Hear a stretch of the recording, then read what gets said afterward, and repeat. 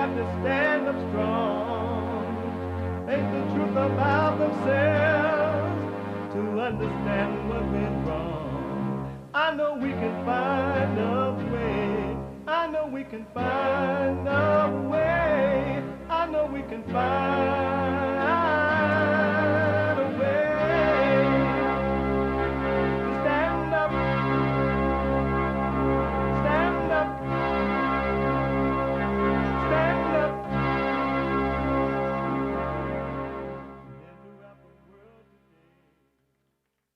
Uniting the races with truth instead of dividing them with lies. We're also rebuilding the family by rebuilding the man. I am Jesse Lee Peterson. Good morning. Hi, y'all. I hope you had an amazing weekend, whatever amazing mean to you. You can get involved by calling 888-7753-773. 888-77-JESSE. Jesse. Jesse. We have every way that you can watch and support the show listed on jesseleepeterson.com/show. jesseleepeterson.com/show. And if you're out and about doing whatever it is that you're doing anywhere in the world, because we are heard around the world by everybody and they mama if you're black, and everybody and their mama if you're white. So you may be running around. You can podcast the show, of course, if you can't sit and watch it. But you don't have to miss it. You still could be listening as it is happening on your iPhone or iPad by calling the listen line on TalkStream Live at 605-615-4131. 605-615-4131.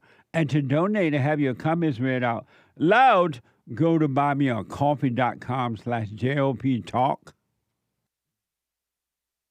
Buymeacoffee.com/JLP Talk or BRENDA JLP Cash App. BRENDA JLP Cash App. Amazing. It's amazing to me that it's Monday again. And rainy days and Mondays always build me up. Amazing. Derek, my producer, is telling me the earth is spinning faster. If it's flat, how's it spinning, Derek? Derek believes it's flat, but now he think it's spinning. What the? I didn't know that. Maybe I've heard this before and just forgot, but I didn't know that in the good old days, a long time ago, at one point, a lot of people thought the earth was flat for years. This is like way back in the century. They thought it was flat, and then they realized they were wrong. It was round. And so how did we get back to people believing that it's flat again? If one time they thought it was flat, and then they realized it was round, how we get back to the flat earther thing? I'm just wondering out loud. But anyway, it's so Derek is telling me, my producer, there's no proof of it being round, but there's no proof of it being flat either. Well, there is more proof of round than there is of flat, Derek. What the? Anyway, it's Monday. And though we take all calls, Mondays, we take the females' calls as they come in, because Mondays is and will always be Female Monday. All my life, I had to fight. Just shut up and step up.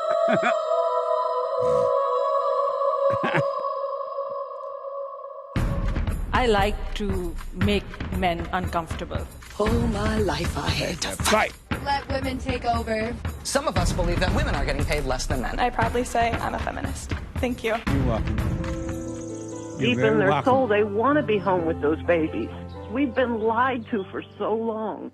Deep in their souls, they want to be home with those babies, but their ego won't let them. Because the children don't appreciate you as much as the world praise you for doing nothing. What now? 888-775-3773. So listen, I have a brand new biblical question. But first, I want to deal a little bit with last week's biblical question. Which is most important to you? How people treat you or how you treat them? That is such a profound, like all of the biblical questions, to be honest with you, a deep question, and it's for self-examination. Know thyself. The one thing I can guarantee you, I'm not making it happen, but I can tell you it will happen. When you, male or female, whatever color, however poor, however talented or no talent you are, if you get to know yourself, you will find perfect peace. It is mind-blowing. But you got to get to know yourself. And if you don't, it's up to you. You're totally welcome to stay in an illusion of self and be miserable for the rest of your life and call it natural by saying, well, nobody had perfect peace. You could stay in your hell or you can live in heaven right here on earth. Perfect peace. But you got to know yourself. And so these biblical questions are set up for those. And there are a whole bunch of people who want to know themselves, to understand. So the biblical questions are set up for this, as well as the weekly assignments from the fellowship. Fellowship yesterday, other than more than wonderful, more than miraculous, more than amazing, more than the mind can conceive or the eyes can see, was mind-blowing. More than miraculous, more than amazing, more than the eyes can see. It was amazing. So last week, biblical question, which is most important to you, how people treat you or how you treat them?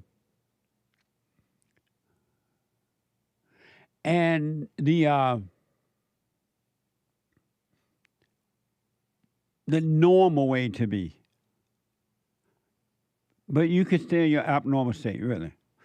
It's to not be concerned one iota of how people treat you. There should not be one thought about how people treat you. Who are you and what's wrong with you that you need to set up an idea or create an idea of how someone should treat you? What's wrong with you? Why do you need to be treated a certain way? Is it to feel good, to feel important, to feel loved, to feel hated, or what? Why are you so insecure that you take one iota of a thought about how someone treats you? You shouldn't even think about that. And if you do, it means something is wrong with you. Unless you're now working on yourself and you realize you've been concerned about how others treat you, and it's been a problem in your life. Because you should not have any expectation of how someone treats you. And I'm not talking about physical. They should be able to attack you in a physical way and things like that. I'm not talking about that. This is spiritual. Psychological, emotional, spiritual. You shouldn't think about that at all. What's wrong with you? And just thinking about this. If you think about how someone treats you, that means you're evil. and you care about how evil people treat you. Human nature is evil, and it's never going to treat you right. And when you say treat you, you're concerned about how they treat you, who are you talking about? Treat you whom? Your false self? Your ego self? Being involved with your ego, calling your ego you want to be treated a certain way. Respect my character. Respect my whatever. Respect my adulthood. Respect this and respect that. What's wrong with you? There is no you to be treated anyway by the world. Really. As we discussed yesterday in the fellowship, and you should definitely check it out if you want. Let the world treat the false self any kind of way it wants. Let it treat the false self any kind of way. And if you really are overcoming the false self, you're not going to be bothered by it because you know it's not happening to you. And the pain you feel, the worry you feel, the false self you're trying to protect, you come to know that that's not me. What am I concerned about? It's like staring at a house that doesn't exist. It doesn't exist. And the only reason you have this false self because when you were a kid, when I was a kid, when everybody and their mama or their mother were kids, you were innocent. You had your own identity, which came from God. But then being subject to the world, your parents and others start to teach you, oh, your daddy is a Republican. Your granddaddy was a Democrat. Your mama was educated. You should be educated. You should be a Democrat. You should be married with children. You should not be married with children. And you start being vulnerable to that. You start to identify, you need to be rich, you need to be poor, you need to be black, you need to be white, you start to identify with those things because you're vulnerable and you became subject to it. So you start to take on those identities and then you start to confirm them in yourself. I'm a police officer, I'm a fireman, I'm a this, and I'm a that. I'm a child of God. You hear people say they're children of God. They wouldn't know God if God walked into their house or life with Gabriel, Michael, Peter, and Paul. I'm a child of God. You start to identify with all these false identities, and now you got to protect them. As you get older, you start to protect your false identity. Don't mess with my reputation. I have a good reputation. I don't want a bad reputation. I got a bad reputation. Bad girl, talking about the sad girl, bad girl. You start protecting it, and you're protecting evil, and you never find peace. Well, a sad way to live, but you can find perfect peace right here on earth. Why you live? And anyone that's telling you cannot have perfect peace and that everyone has anger, and they believe because everyone has it, they cannot have perfect peace. And that they must be angry. And they have accepted anger as another identity. Why not? Why go and get rid of, why hold on to any identity? Why can't you just be? What's wrong with that? What's wrong with being without any identities at all? Then you could be you. And so if you are concerned about how others treat you, long as they're not attacking you physically, and I'm not talking about that. You have to protect yourself. But with this false self, there's nothing to protect. You are protecting evil when you protect false self. You're not your body. You're not your mind. You're not your emotions. You're not your whatever you do in life. You're not none of those things. But amazing fellowship yesterday. And it's for those who want it. I remember when you read the New Testament, you'll see what I'm talking about. I noticed that Christ never tried to hurt anyone, and he never tried to convince anyone. Isn't that amazing? Think about that. Jesus Christ. Jesus the Christ, the Christians say. He never tried to hurt anyone or convince anyone. He never stroked anyone. He never said how wonderful you are or anything. He would just present the truth and let you accept it or not. Really. That's all he did. He didn't condemn you or judge you for not accepting it. He just presented it and he left it up to you. What an amazing way to live, huh? He didn't get mad. He didn't condemn you. He didn't stroke you to try to convince you to accept it. He just presented the truth. And for those who accepted the truth, it made you free. And the truth shall make you free. Think about that. And the truth shall set you free, make you free. It will literally make you free. Which leads me to my brand new biblical question. Brand new. It's amazing how I'm able to walk right into the biblical question with that. I didn't know that was going to happen. I didn't plan that. And the truth shall make you free. Smoke on that. And the truth will make you free. And the biblical question, brand new biblical question. How will you know when you're of truth? How will you know when you are of truth? And you can know. I didn't know you can know until I found out that you can know. How will you know when you are of truth? That's the biblical question. And again, I'm putting it out there. It's up to you to accept it. Really. I wish you well. And Lord knows, this is hell on earth. When you really see what's going on with you and you start to really wake up to it and overcome it, you're going to clearly understand and see that this is hell on earth. And hell is living in and coming through human beings. Human nature is evil. It's mind-blowing.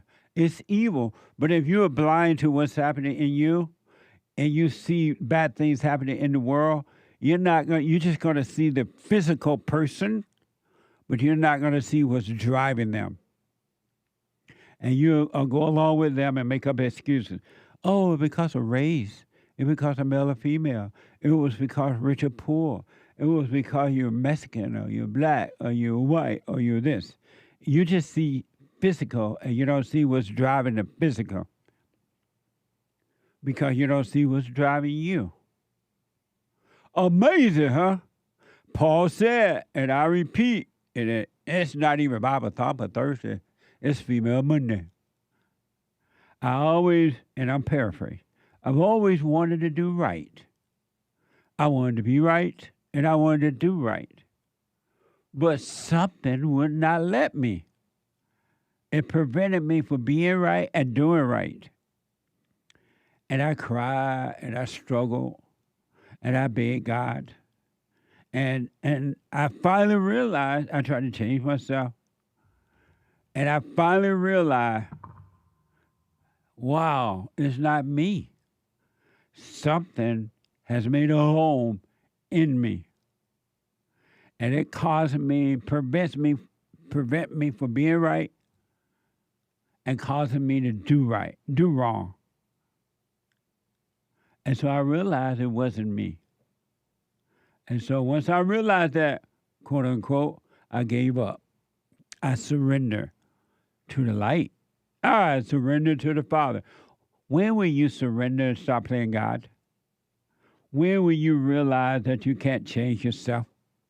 When will you stop being angry? at the point, at the realization or non-realization, really, lack of realizing that you can't change yourself. What good does it do you to be angry at what you do and when you can't change it? What would happen if you stop being angry about it? Why not take control of your own life? Lord, no, if you watch the news nowadays, it's nothing but hell. Nothing but hell. Evil, hell right here on earth.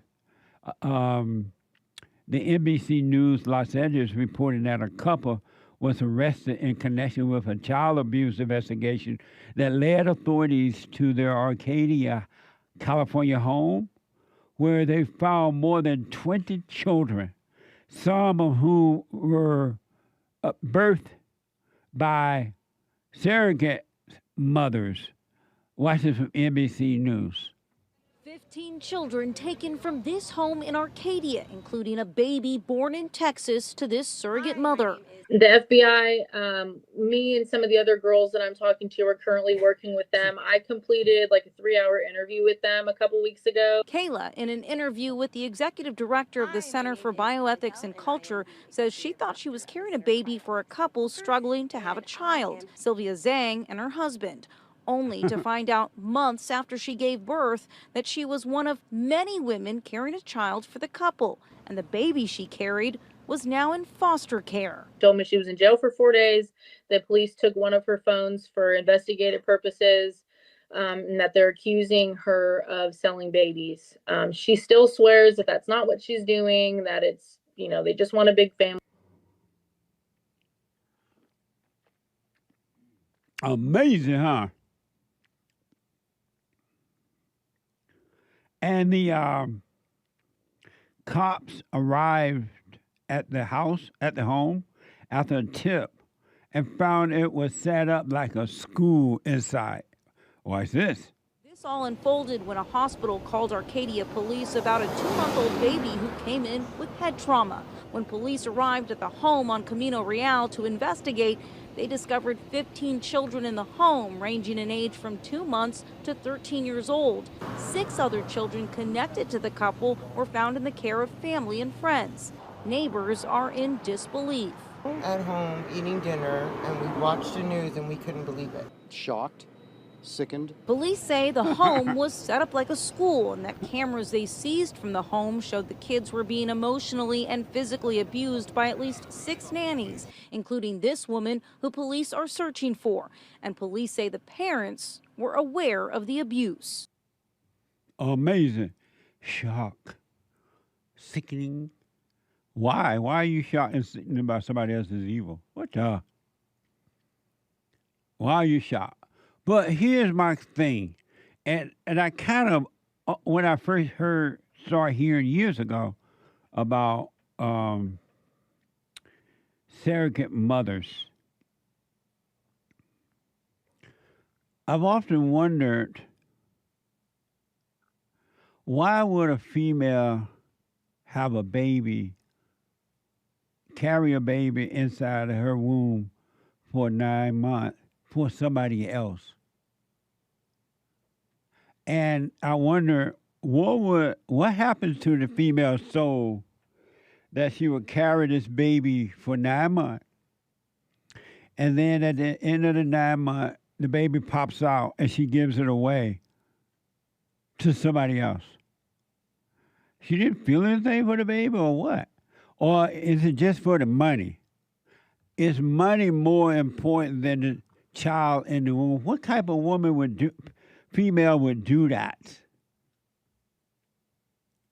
Really, and I have not really heard anyone explain to me over the years, why is that okay? And what's the difference between that and abortion? Can you imagine? You go and, okay, you give me $1,000, however much they charge, I don't know, and I'll carry this baby inside of my womb for 9 months, and then at the end of 9 months, I'm gonna give you the package, and you pay me for the groceries. What type of human nature is that?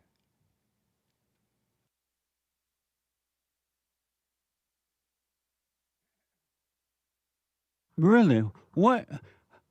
I mean, it just seemed weird that a female would carry somebody else's child for 9 months for money. Because I'm sure that's what they're doing it for, even though they pretend I'm doing it because this poor couple want to have a baby, and I'm doing it for them. No, you're not. Because if you're doing it for them, you do it for free.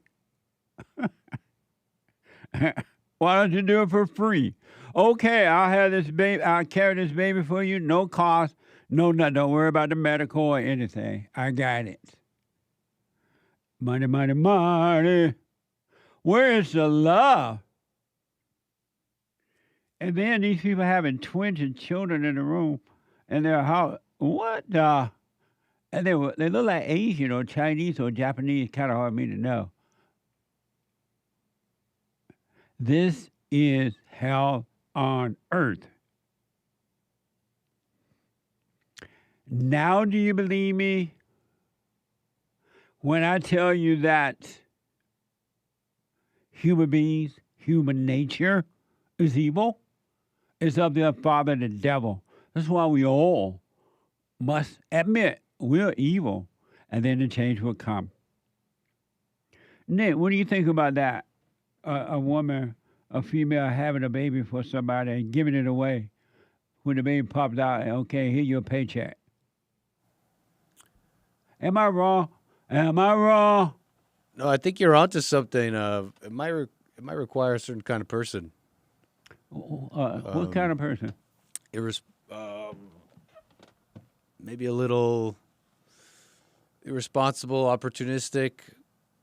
I mean, when it comes with making babies, to do that so flippantly, it might say something about your personality. I know, but just think about this. You, as a female, agree to carry someone else's child in your womb. And so the body goes through all kinds of changes within that 9 months. And then you agree to do it and then just give up the baby. And here's your check. Isn't that like interesting? Or is it? It's super, I mean, of course it is. It's easy. It seems quite easy for people and to do stuff for money. Yeah. Human nature's pretty wicked. And so why would these people need 20 children in their home? They said they want a big family. I've heard of a big family. They take the joke too far. What a mess! The Anchor Baby, folks. Every day, Monday through Friday, except at 11 a.m., except Friday, at 12 on Friday. The American Anchor Baby. Check him out.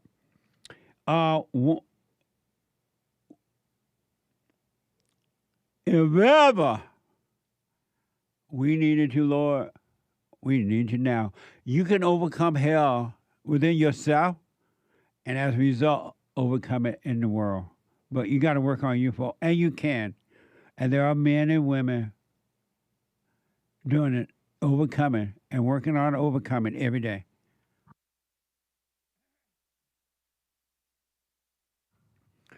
Derek said that wasn't a family, that was a farm. And so is there a difference in being a prostitute and having babies for money? Really, that's a good question, Derek. Is the difference? 888-7753-773. When I come back, your phone calls and super chats. Good morning. It's Monday. Back in a moment.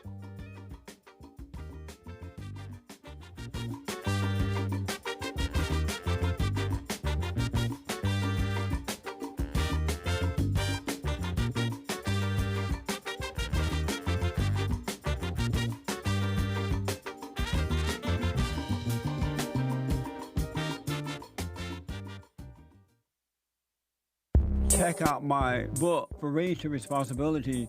I show you how I was able to overcome anger. The spirit of anger was taken away from me. I had it. And as a result of having anger, I was insecure. I had doubt, worry, fear. I was in a fallen state and didn't know it. And it wasn't until I went and forgave my mother, who tried to turn me away from my father. I forgave my father for not being there and returned back to him. My spirit connected with his spirit, and through him, I was able to return to God. And I have perfect peace. Perfect love casts out anger. And when anger is gone, fear and doubt, worry, insecurity, suicidal thoughts, all of that is gone, and you are free. Amazon.com, Barnes & Noble, or if you want an autographed copy, you can go to my website at rebuildingtheman.com or call 800-411-BOND.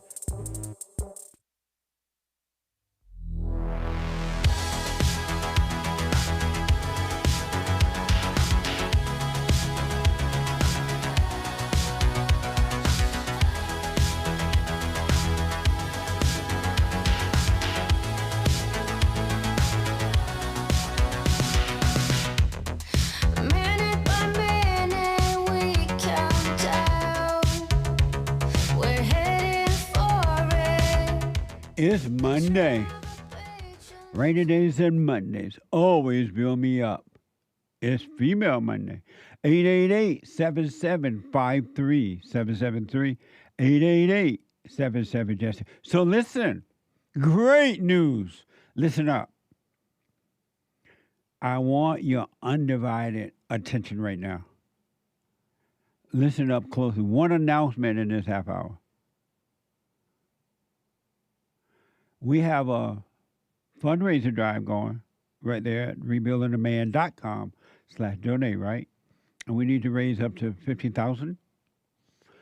I got a sponsor who called me and said, Jesse, I heard about your little I heard about your little fundraiser drive. And all you asking is $50,000. They said to me, because of the work you all have done and are doing, and you've helped me and my family and everybody, I have a childless grant for you, Jesse. And I'm like, really? What is it? I would give up to $50,000 if you can raise the $50,000. I would give up to $50,000 if you can raise the $50,000.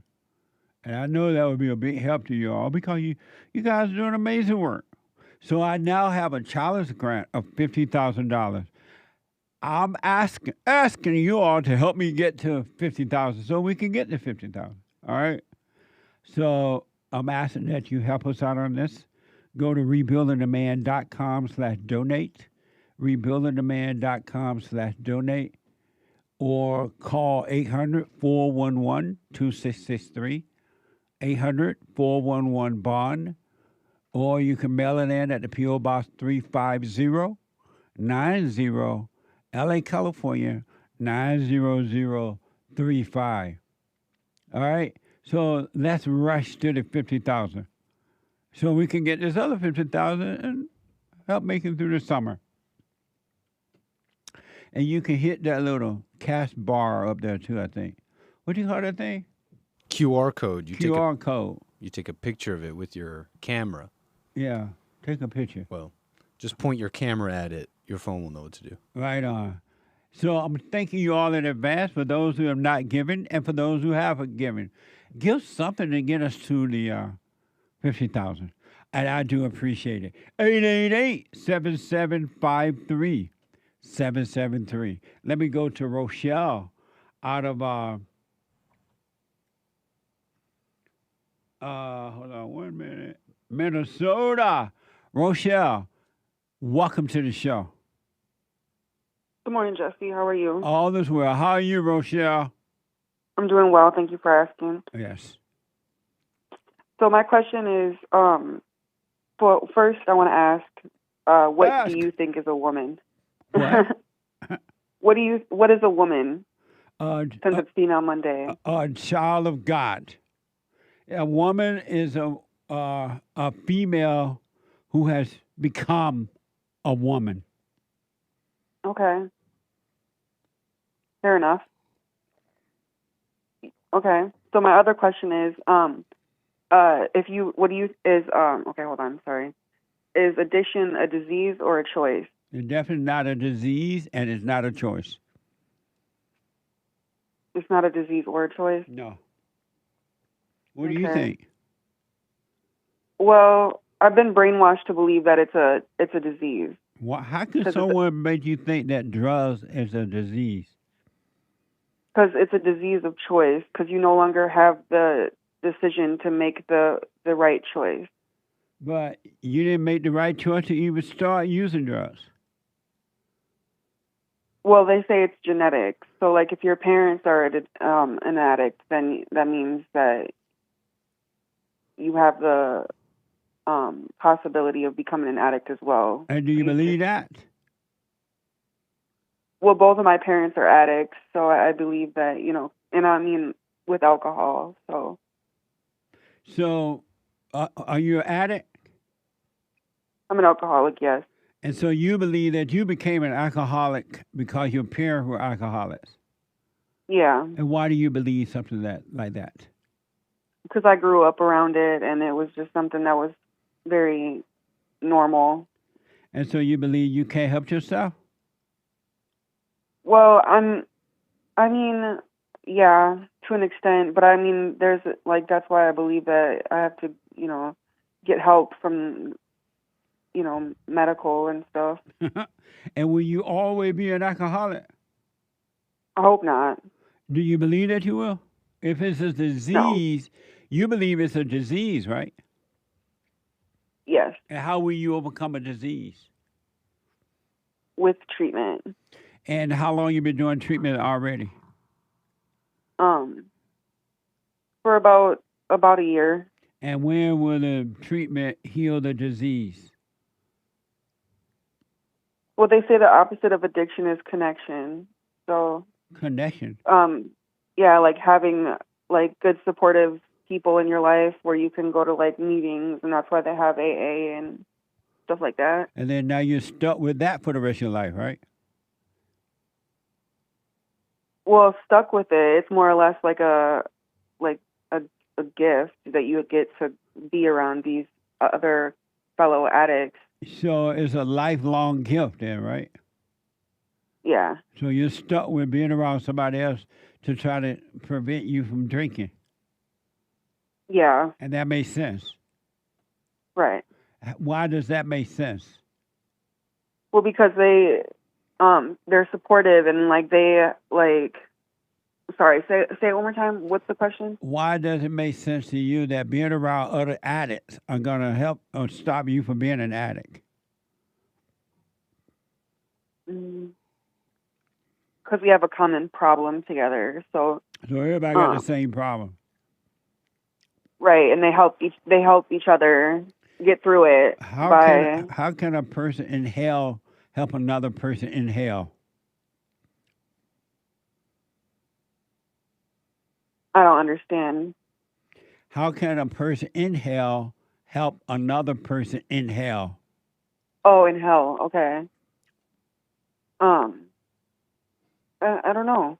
That's a good question. I don't know. It's all new to me. I didn't when they first told me that it was a disease, I didn't believe it. I was like, no, it's my choice that I drink. I choose to drink. So, It's not even your choice. You're compelled to. Yeah. And the reason you're compelled to is because you have refused to drop your anger.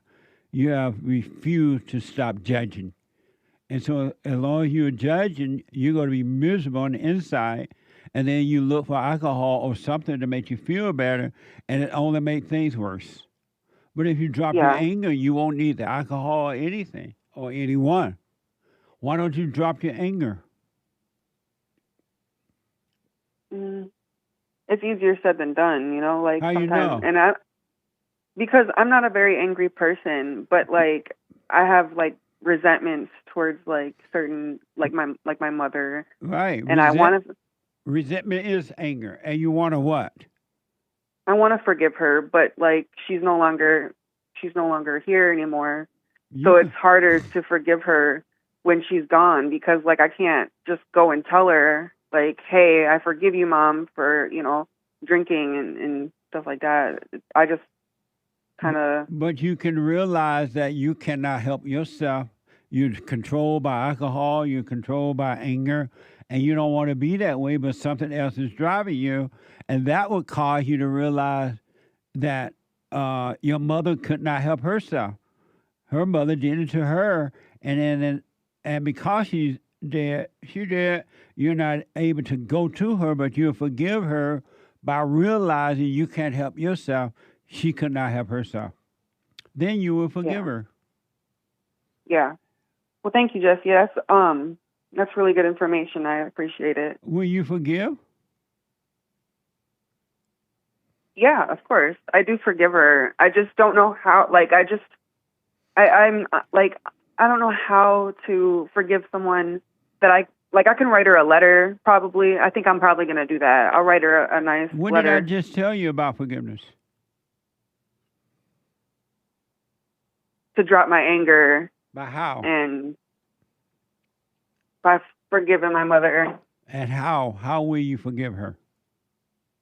Okay, you got me. Could you repeat it for me? So you didn't even listen to what I was telling you, right? No, I was listening. It's just, it's kind of hard because I got like lawnmowers going on in your house?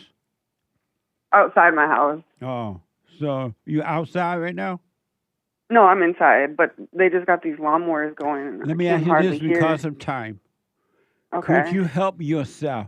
Is something that's anger and the desire to drink, is that driving you? Is that what you want to do?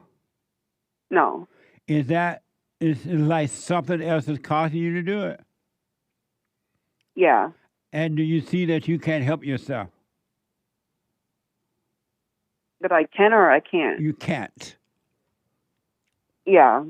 I sometimes can't help myself. Like, your mother I can go like a day or two without drinking and then back on the. And your mother had the same problem. Yeah. She couldn't help herself. She couldn't give you something she didn't have. And what she did not have was love.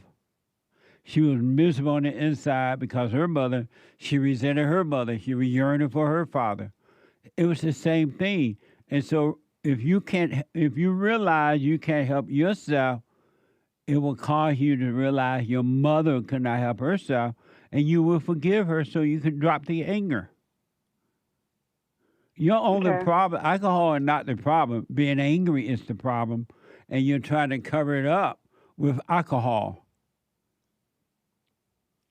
You're trying to make yourself feel better. Yeah. Is your father dead too? No, my dad is still around. Have you forgiven him?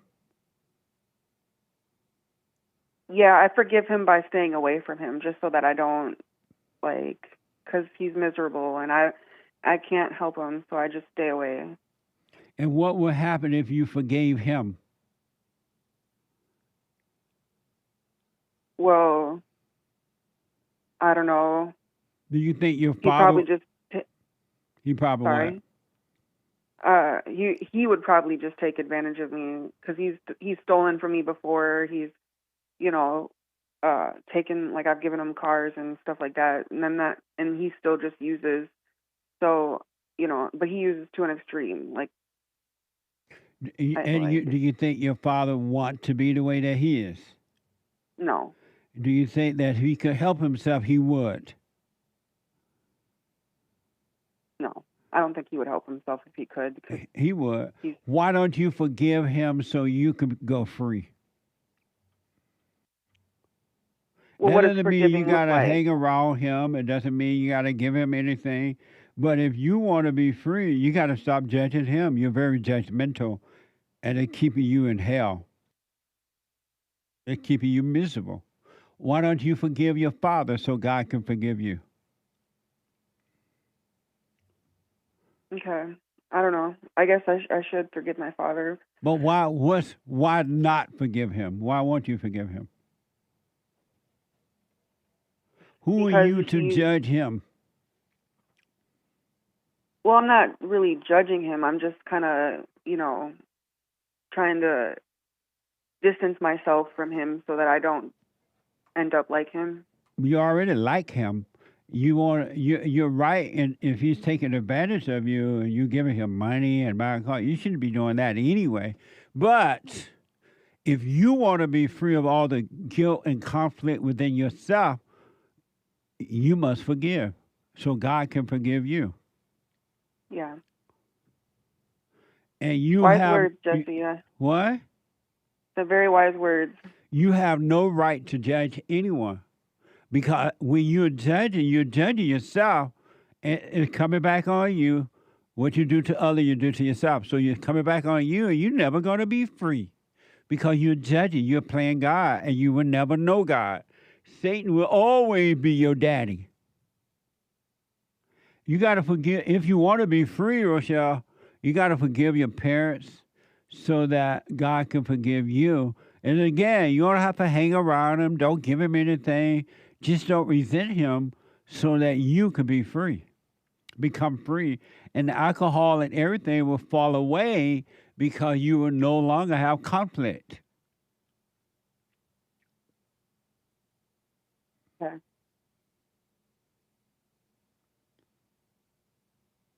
All right. Well, thank you, Jesse. I appreciate it. What do you think about that? What do I think about it? Does it make sense? Well, yeah, it makes sense, but I just don't think it's going to be that easy. I mean, I could probably make it easy, but I just, you know, it's not, I mean,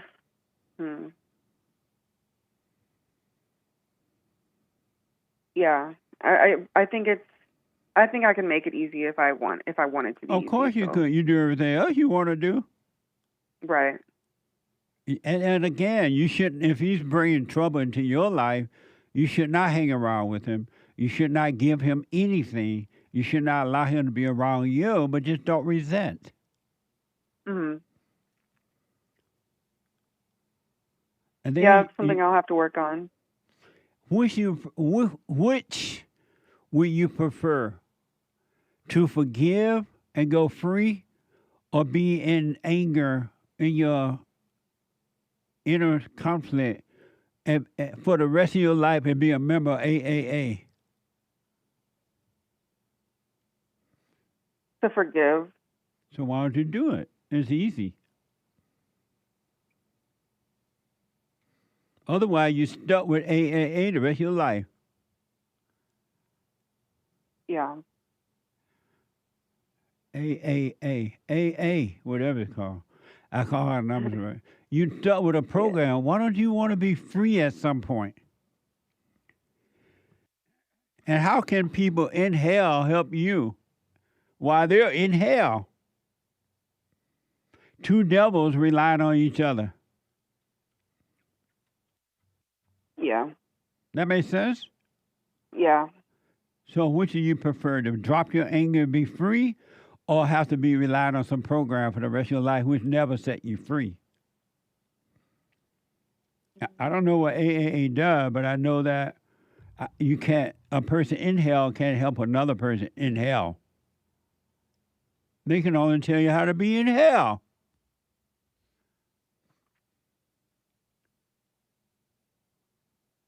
Yeah, I'm definitely bringing that up in group tomorrow.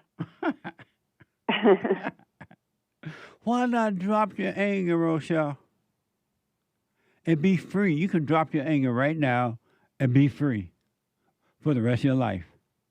No conflict, no worries, no stress, no doubts, no loneliness, no fear, no sadness, no happiness. Just free if you drop your anger.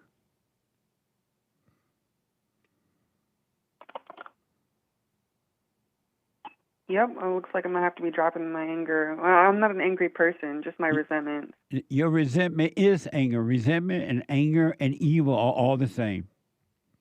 You're evil. Do you see that you're evil? Yeah. So then the way to overcome evil is to forgive.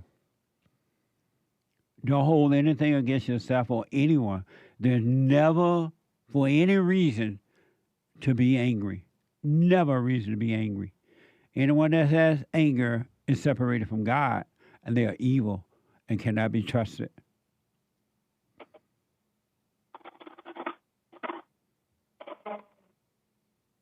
Okay. All right. Well, I wish you well. You too, Jesse. You have a good one. All right. Bye. 888-775-3773. Super chat. We don't have the thing that says super chat. Super chats. You didn't want to play it. Well, it didn't seem like the right time to play it. Yeah, he'll be running in. You know that. Oh, okay. Well, then let me do it once more. Super chats. He's just right outside the door. Hake has a new shirt. Hey. It's so Hake. That's kind. You saw that shirt and thought what? I like that color. And it's 100% cotton. Oh. According to the tag. It's so you. Thank you, I guess. And it was Hake's birthday last week, and we forgot to do happy birthday at the fellowship at the end of the fellowship. We'll do it next Sunday. Y'all remind me we got to sing happy birthday to Hake. Super chat. Ken last week said, I feel like I live a first-class life every July. American flag emoji. Happy White History Month. July just feel white. We celebrated 8 years. Our 8th anniversary of White History Month. Happy White History Month. Cafe Mocha 3 Coffees. Hey, Jesse and crew, just wanted to answer the biblical question of last week. Which is most important to you? Yeah, which is most important to you? How people treat you or how you treat them? At first, I wanted to say I care about both, but it's really all about myself. When I try to treat people a certain way, it's always about the self and how I will feel about it afterwards. Amazing. Thank you. Patrick, we dealt with that yesterday in the fellowship. Amazing. rebuildingtheman.com/church. 3 coffees from Patrick. Amazing. Witnessing the thoughts take me up at first to keep me enchanted, then bring me back down to leave me distraught. The not me is a puppet to the devil. Awareness is the light of God, which allows the real me to catch him in the act. Shout out to Hake. Hake Report. La, la, la. The Hake Report, Monday through Friday from 9 a.m. to 11 a.m. The Hake Report. And hey, did you know that thoughts produces thoughts and spirit produces spirit? What's spirit?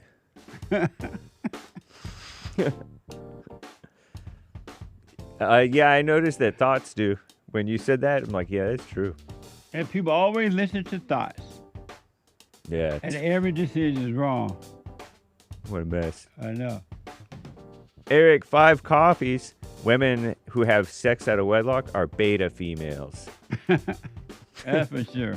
Amazing. Thank you. And we'll read the rest of these later, guys. I got to take a break. 2 more hours to go. 2 more. When I come back, straight to the calls. The Hake news, not the fake news, is coming right now. Back in a moment. Amazing shirt. Really nice, Hake. The flowers and everything. Alpha flowers. Hey. Back in a moment. I recommend you get a copy of my book, From Rage to Responsibility. I write about how the spirit of anger was taken away from me 29 years ago. I forgave my mother who tried to turn me away from my father, and I returned to my father, and through him, my father on earth, and through him I was able to return to God. No man or woman can return to God unless you go through the Son. And men are sons of God. They may be weak, pathetic examples of it, but it's the spiritual order of life. God in Christ, Christ in man, man over woman, and woman over children. So get From Rage to Responsibility. I write about that. Go to my website, rebuildingtheman.com for an autographed copy, or call 800-411-BOND. And donate to my nonprofit, Bond, the Brotherhood Organization of a New Destiny. We are rebuilding the family by rebuilding the man.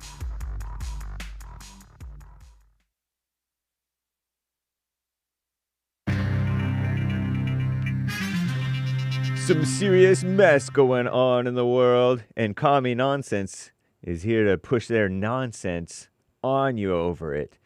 All kinds of flooding going on, and over in Gaza, they're saying that people have started dying of malnutrition already. Yikes. Terrible. I don't know how they define that, but it's crazy stuff going on in the world. This is the end of hour 1 of the Jason Lee Peterson Show. It is Female Monday. Everybody loves Mondays. It's July 21st. Happy White History Month, everybody. 2025 AD. There is one line open. You can call in right now, even during Hake News, Not Fake News. And JLP will be right back to your calls. We'll get to more of your super chats and more great stories in the coming hours. Hang tight, people. JSLeePeterson.com/show for all the ways to watch and or listen to the JC Lee Peterson Show live or on podcast afterwards. Very cool. Commie Nonsense Network CNN reports a system-wide ground stop for all Alaska Airlines and Horizon Air flights was issued Sunday night due to an IT, information technology, outage. Wow. Though the cause of the outage was not released, the flights were halted for more than 3 hours. That's inconvenient. In a statement to Commie Nonsense Network CNN, the airline warned further travel disruptions and delays on Monday. Travelers advised to check their flight status before heading to the airport. What a mess. And this summer, Commie Nonsense Network CNN reports that the has been defined by a tragic surge in deadly flash floods across the United States. And they say this, they throw this in there, underscoring the escalating volatility of our warming world, so they claim, right? First, there was that devastating Texas floods that occurred on July 4th, 4th of July, killed more than 130 people. The 3 more people died after flash floods hit Ruidoso, New Mexico, July 8th. Major roads in Chicago suddenly underwater when a 1,000-year rainfall event struck in early July. When it comes in waves, the life does, right? Torrential rains and flooding hit portions of North Carolina and Kansas City this month. And despite this chain of events, our greatest President Trump administration recently paused work on a new database designed to provide Americans with updated estimates about their risk of experiencing flash floods. However, after reporting by Commie Nonsense and the far-left extremist Off the Deep End Washington Compost and discussions between NOAA leadership and Commerce Department officials, NOAA, National Oceanic and Atmospheric Administration, has received permission to move ahead with work on that database. Whatever. And in Gaza, at least 76 children, quote unquote, probably meaning minors, right? And 10 adults have reportedly died of malnutrition in Gaza since the conflict with Israel began October 2023. That's what the Palestinian Health Ministry says. According to the World Health Organization, the corrupt, evil UN's corrupt World Health Organization, reportedly corrupt anyway, most of those deaths occurred since Israel imposed a humanitarian aid blockade back in March. Latest casualties reflect a deepening crisis in the enclave. Aid agencies say the amount of food, medical supplies, and fuel reaching Gaza is far too little to sustain that population. Each day, thousands risk their lives to find something to eat. The Office of the Evil UN High Commissioner for Human Rights said nearly 800 Palestinians were killed while trying to access aid between late May and July 7th. Big mess going on over there. And they're kind of contributing to it, honestly, the UN types.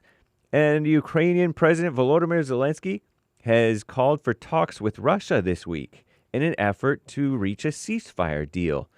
The dynamics of the negotiations must improve. We need to do everything possible to achieve a ceasefire. The Russian side must stop avoiding decisions regarding prisoner exchanges and the return of children and the cessation of killings, said Zelensky. I'm James Hake. Now back to JLP.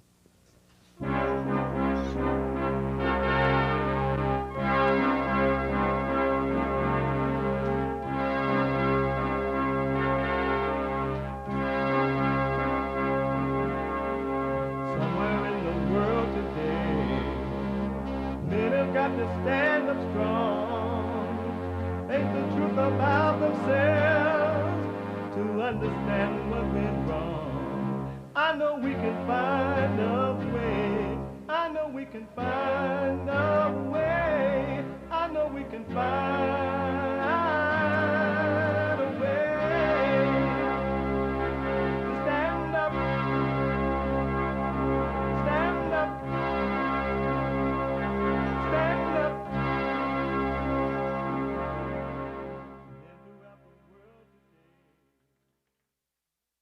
Uniting the races with truth instead of dividing them with lies. We're also rebuilding the family by rebuilding the man. Good morning. Second hour of the show. Hi, y'all. You can get involved by calling 888-7753-773. 888-77-JESSE. Jesse. Jesse. Brand new biblical question. A doozy. A mamma mia. A hola. A si, senor. Come on, tell it. Whoa. Nigga rara. Question. How will you know when you're of truth? How will you know when you're of truth? What an amazing question. We have every way that you can watch and support the show listed on JesseLeePeterson.com/show. JesseLeePeterson.com/show. And you can podcast all the shows if you're not able to just sit and watch it, but you don't have to miss out. You could be listening to the show on your iPhone or iPad, no matter where you are and what you're doing. We are heard around the world by everybody and they mama if you're black. Everybody and their mama if you're white. But you could be listening to the show, working out, running away from ICE, trying to stop ICE from collecting illegal aliens, whatever. Or you hate your children, so you send them off to public school. You want to go to work so you can feel good. False good, but feel good. You can be listening on your iPhone or iPad by calling the listen line on TalkStream Live at 605-615-4131. 605-615-4131. And to donate and have your comments read out loud, go to Buy Me a Coffee. BuyMeACoffee.com/JLP Talk or Bond JLP Cash App. Bond JLP Cash App is Monday. And every Monday, let it be written, let it be said, let it be done. Female Monday. All my life, I had to fight.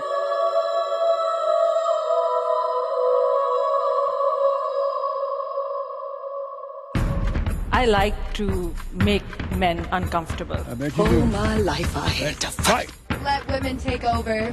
Some of us believe that women are getting paid less than men. I proudly say I'm a feminist. Thank you. You're welcome. Deep in their soul, they want to be home with those babies. We've been lied to for so long. Amazing. So before I go to the phone, I have a question for Hake and everyone. In the first hour, we were talking about surrogate mothers.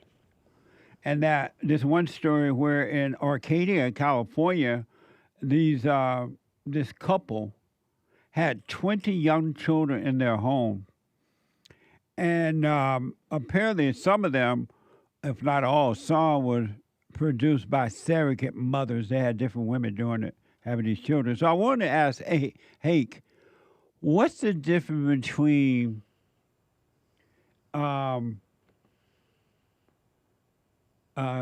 trafficking children for money in the, they have what they call illegal trafficking, something like that. Something like that, yeah. And when you sell children like that, you get money for them, right? Trafficking, that what that mean? Yeah, I guess. What does trafficking children mean? It means transporting them to another country oftentimes or another place. For money. Yeah. Is it for money? I guess. Money's often involved, yeah. So what's the difference between trafficking children for money and women having babies and selling the children for money? I don't think that there's much difference.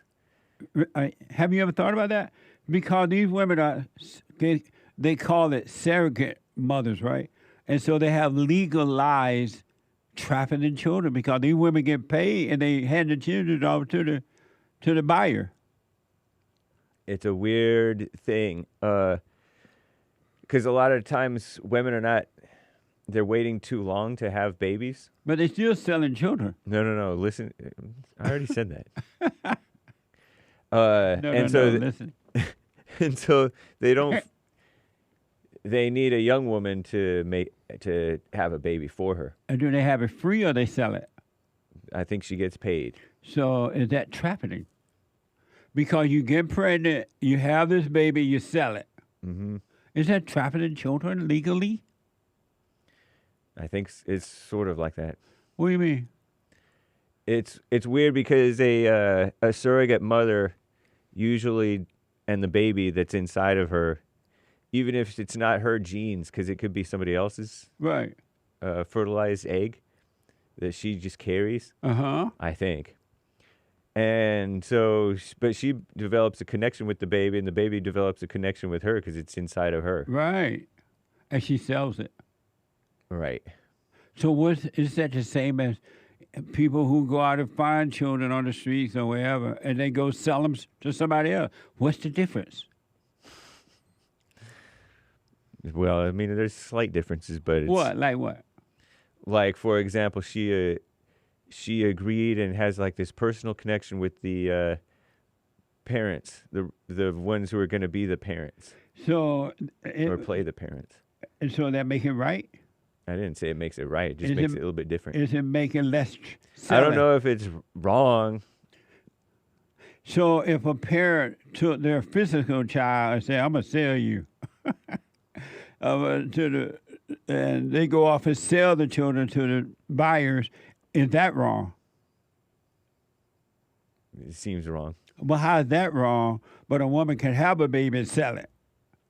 Because the baby is already somebody else's. But the like baby the father that and mother. But the baby that they sell in the physical is somebody else already. What? But the baby that the mother that decides you want to sell her living children, don't those children belong to her?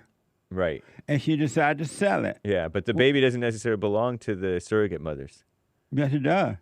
Only in the sense that she carried it. And when she carried it, it's hers. Sort of, yeah. Oftentimes they do have a problem. They want to, I heard, that sometimes they want to get in touch with that baby again.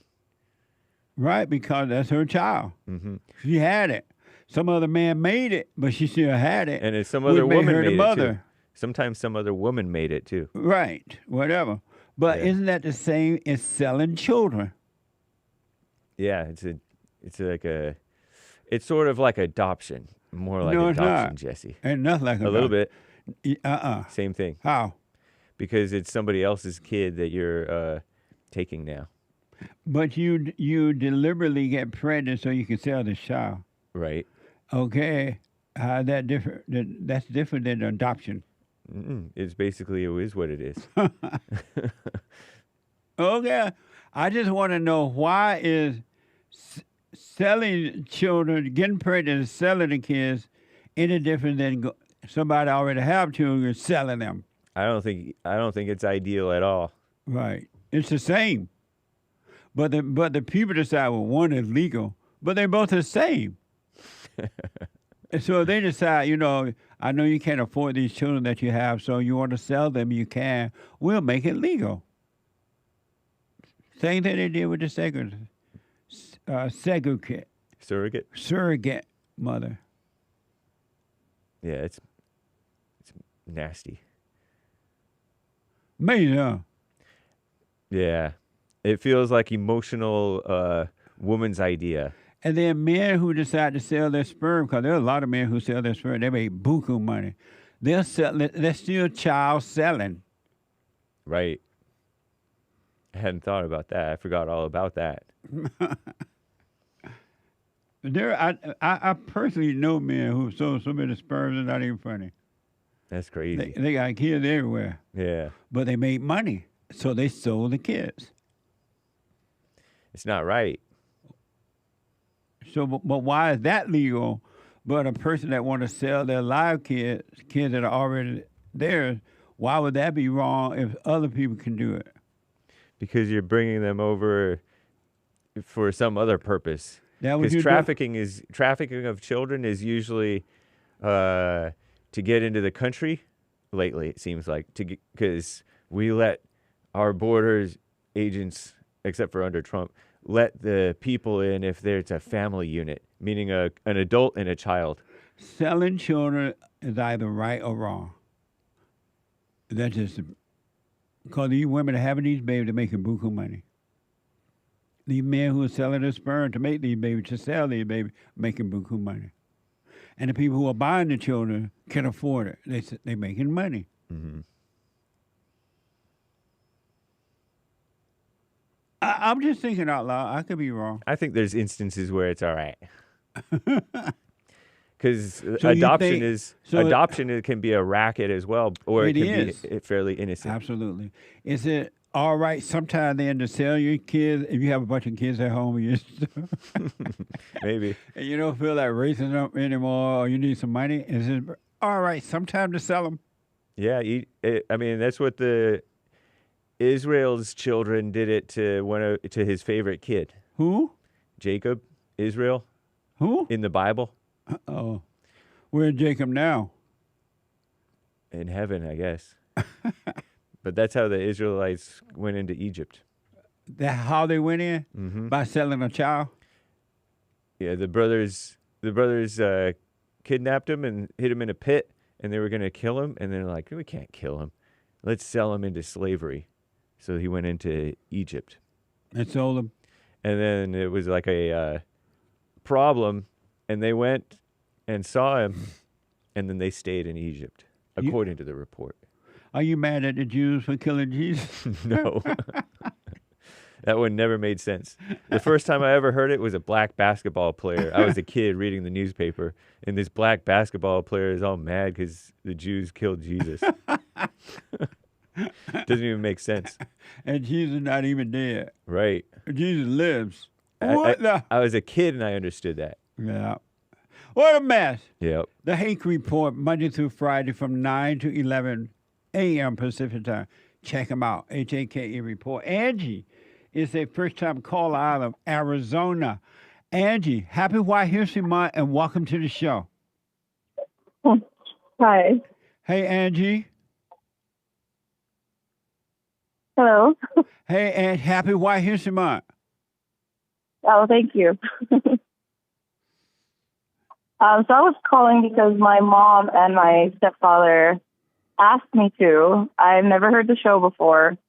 I'm really just was kind of following their lead with this, so I don't really know what to talk about. They just wanted me to call you. How old are you? I'm 35. So you're 35. Your mother and your stepfather told you to call the show. You've never heard. You have no idea why. If they tell you to jump off a bridge, would you jump off? It was fun. What? If it was fun, I would. You would jump off the bridge if it was fun? Yeah.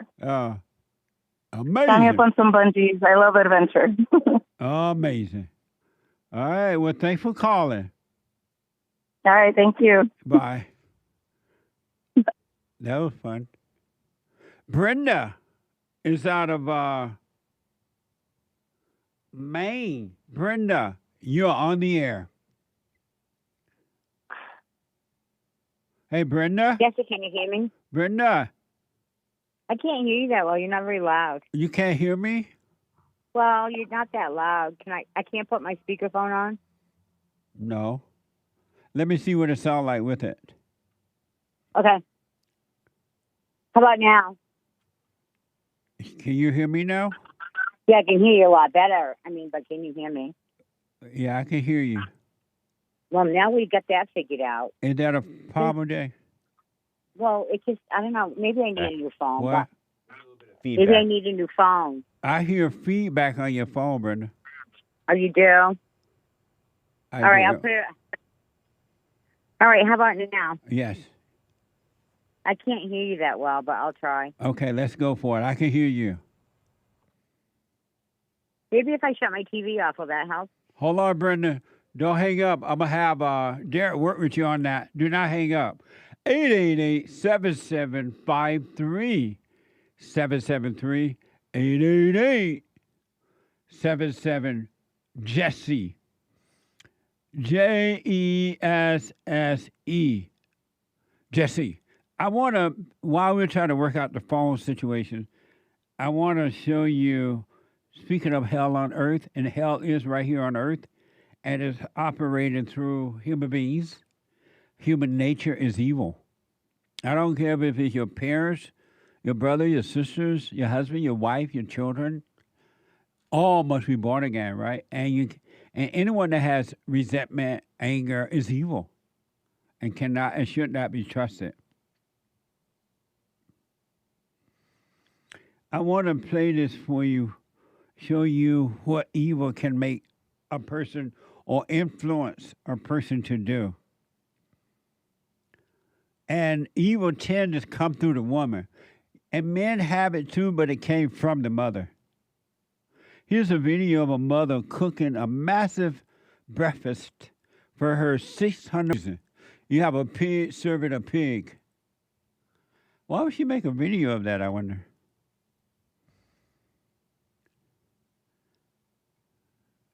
Isn't that amazing? And the mother went on to say, oh, I worry about my son. Watch this from X. Now you see why women need the fathers there, the mother need the father there to guide them in how to raise children. You see that now? God in Christ, Christ in man, man over woman, woman over children. Guys, the lady can't do it by herself. It's not in her. She needs the light of the man. Unless she had taken responsibility for herself and returned to the Father, worked on herself and returned to the Father. This woman is getting a thrill from doing this to this boy. It's all about a thrill. She feels good doing that to him.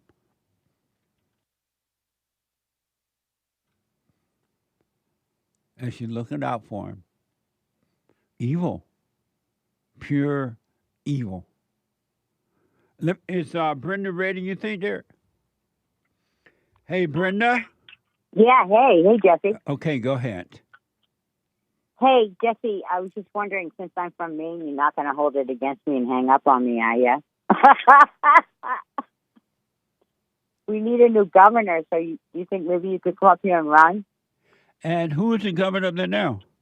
Mills. Haven't you been following her? Who? Governor Mills. Oh, no, I have not. Oh, Jesse, come on. We're going through hell with her. And what's going on with her? Well, she wants to keep men and women's sports. And oh, I see. Why don't y'all vote her out? Well, she's got 2 more years and then she'll be out. Oh, okay. But I think 2 or 3, but she can still.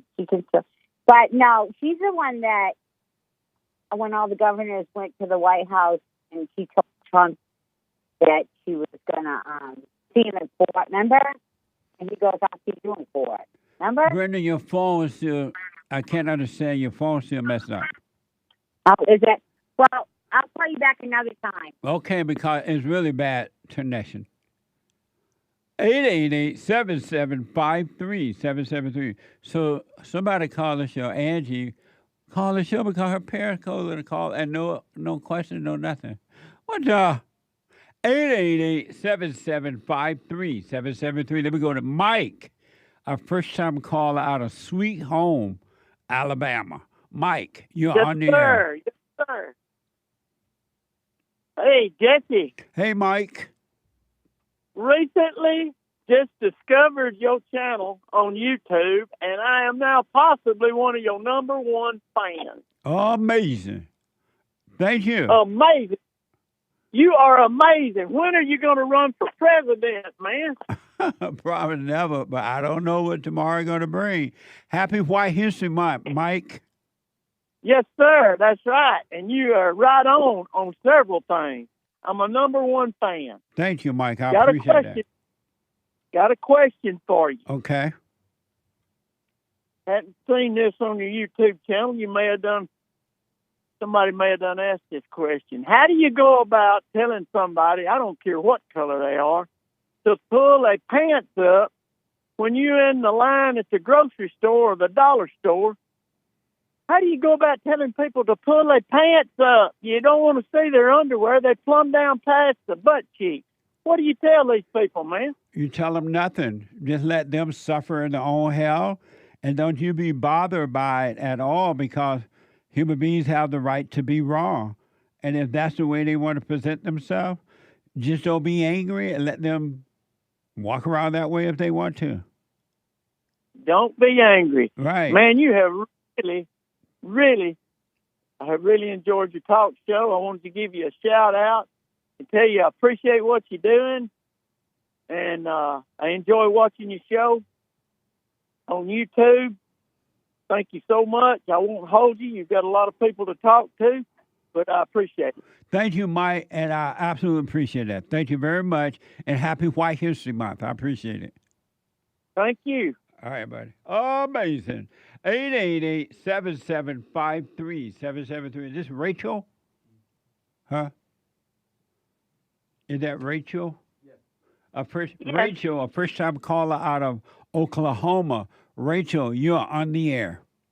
Hi, Jesse. Nice to talk to you. Thank you, Rachel. So I had super chatted a while back that I was forgiving my parents, and you said to let you know how it goes. Okay. It was fine. Like, I thought they weren't picking up what I was putting down, and then I looked up and my mom's mouth was all thin-lipped and anger in her eyes.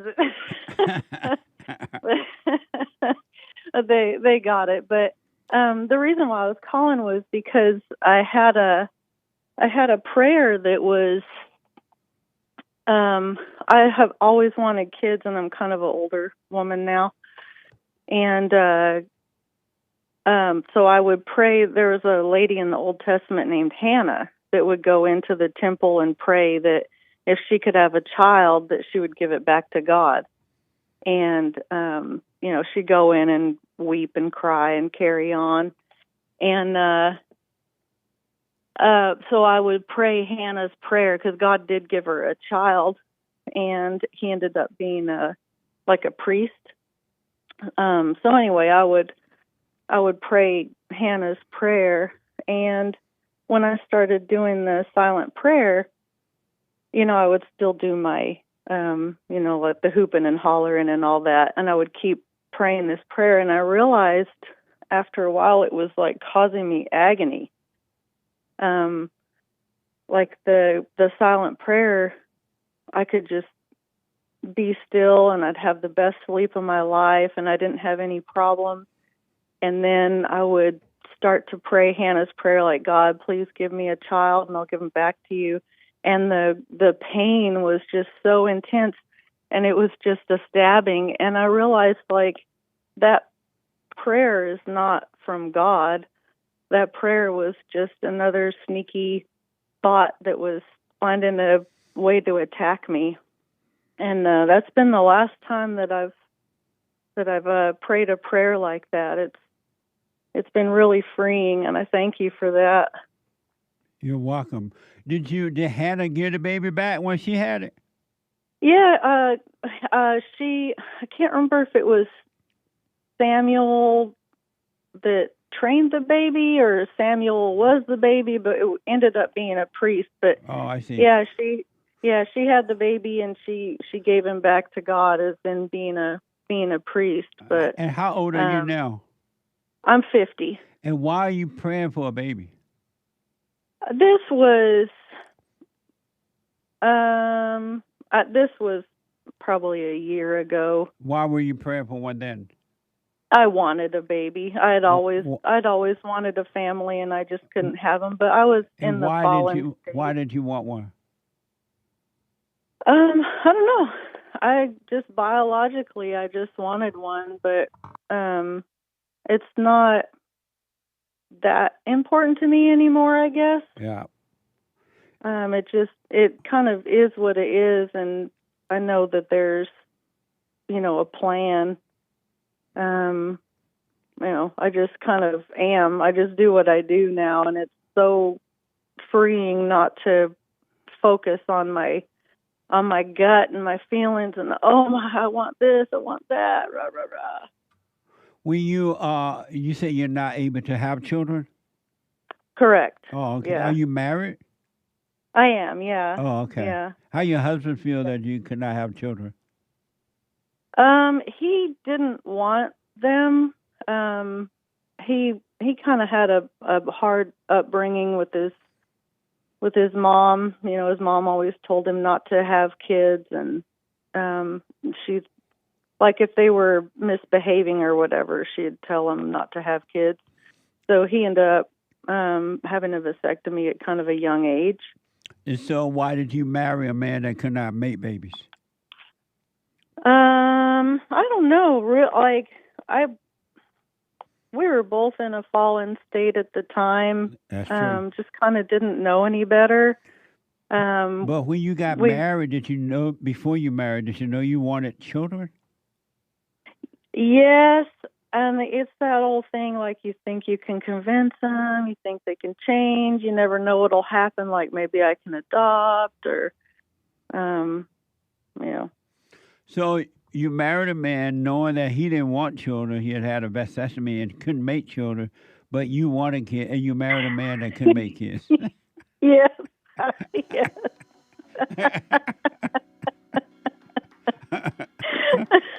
Oh God, please let me have kids. Please let me have a baby, but I'm not going to marry a guy that can give me babies. And so, and you were married. You married a man that couldn't make. Who did you play? If God had allowed you to make baby, how were you going to make them? Your husband couldn't have them. I don't know. Just like being married. Like, God, give me a baby. I didn't know. Like, there could be adoption or what? Can you hold adoptive? Sure, I can. Hold on, Rachel. 888-775-3773. Back in a moment.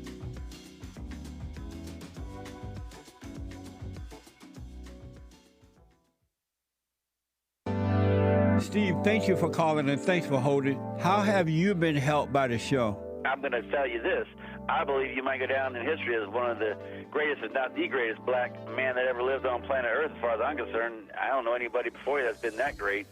Freeing the slaves is one thing, but you've been freeing people of their mind, which matters, it should be anyhow, to you more than anything else, because with the mind not being right, there ain't nothing else going to happen right anyway. If you can doubt every thought because you're not your thoughts, if you can doubt every thought, knowing that you're not your thoughts, you don't create them, they're not from God, that they're from the deceiver, the great deceiver, Satan.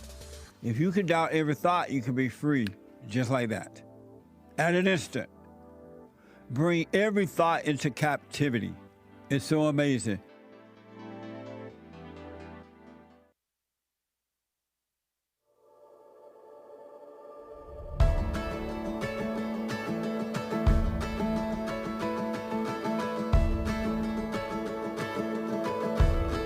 The shadows were dancing on the building's golden light when the sun sank low. Bustling streets and busy traffic, walking hand in hand on our way home. Amazing. Welcome back. Happy White History Month. July is White History Month. I want your history. I want your White History moment. Someone that you had an impact on America for the good. and he was white. The Hake Report is coming up at 9 a.m. TheHakeReport.com from 9 to 11 a.m. And then after the Hake Report, the American Anchor Baby. The American Anchor Baby at 11 a.m. Pacific time, from 11 to 1. Energy given to him by God. Just energy all over the place. When he goes out into the world, he lights up the world in the same way that the Great White Hope does. From 11 a.m. to 1 p.m. Pacific time. And if you haven't already noticed, he's grown his hair like really long now, and he looked Jewish. He could literally walk down Pico on Saturday when the Jews can't drive. Jews don't drive on Saturday, apparently. And he would look like one of them. He would fit right in. No, I do. I'm walking down Pico, and they're like this. They're like bowing head on. I should be responding in some language. I should learn some. It's Shalom, What am I supposed to say? I think Shalom. Baruch atah Adonai. Something. Just start praying. The American Anchor Baby at 11 to 1. And he's still a Mexican. Are you Mexican? You're not Mexican, right? Basically.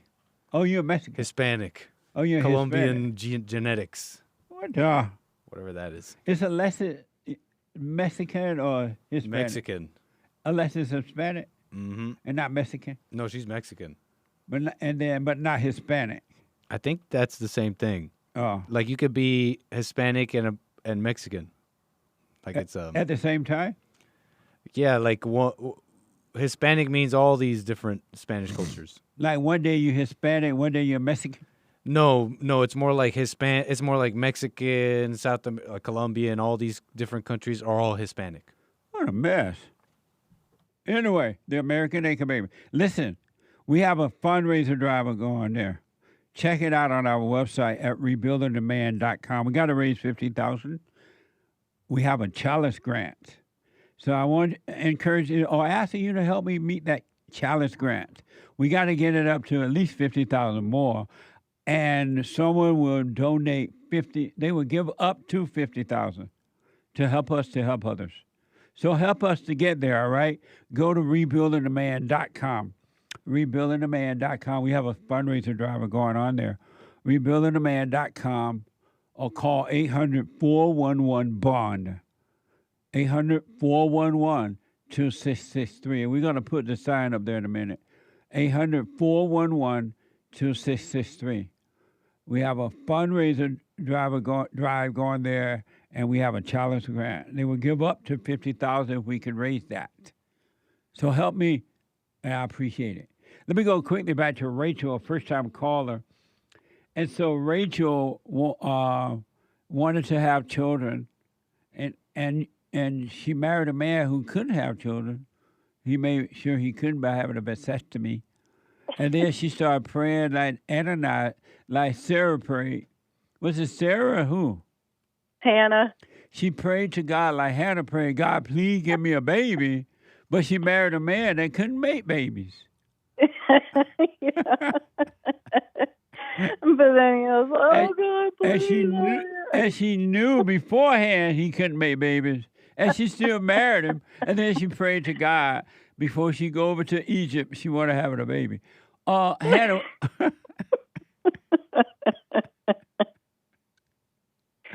Were you serious or you were playing with God? Oh, no, I was serious. But, I just wasn't thinking it was, I don't know. It seems like it was a completely different person. I don't even know. Yeah, it's like watching a movie now. Looking back, I'm like, well, that wasn't me. That's for sure. Do you obey your husband? So if you asked me a couple months ago, I would say yes. and you'd be like, do you obey your husband? You'd ask me again. But I asked him, do I obey you? And he just laughed. So now I don't know. You don't know if you obey him or not? I think I do. And I didn't bug him about it. I don't like to be a harpy or anything. But a couple weeks later, I asked him, do I disobey you? And he said, no, not really. So I think I obey my husband. But just the fact that he laughed when I asked him if I obeyed him made me doubt. Did he know you were praying to God for a baby?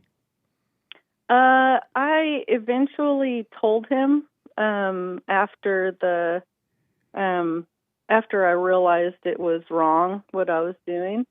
And what did he say? So not really, not much of anything. Like stuff like that kind of is uncomfortable, I guess, sometimes to talk about.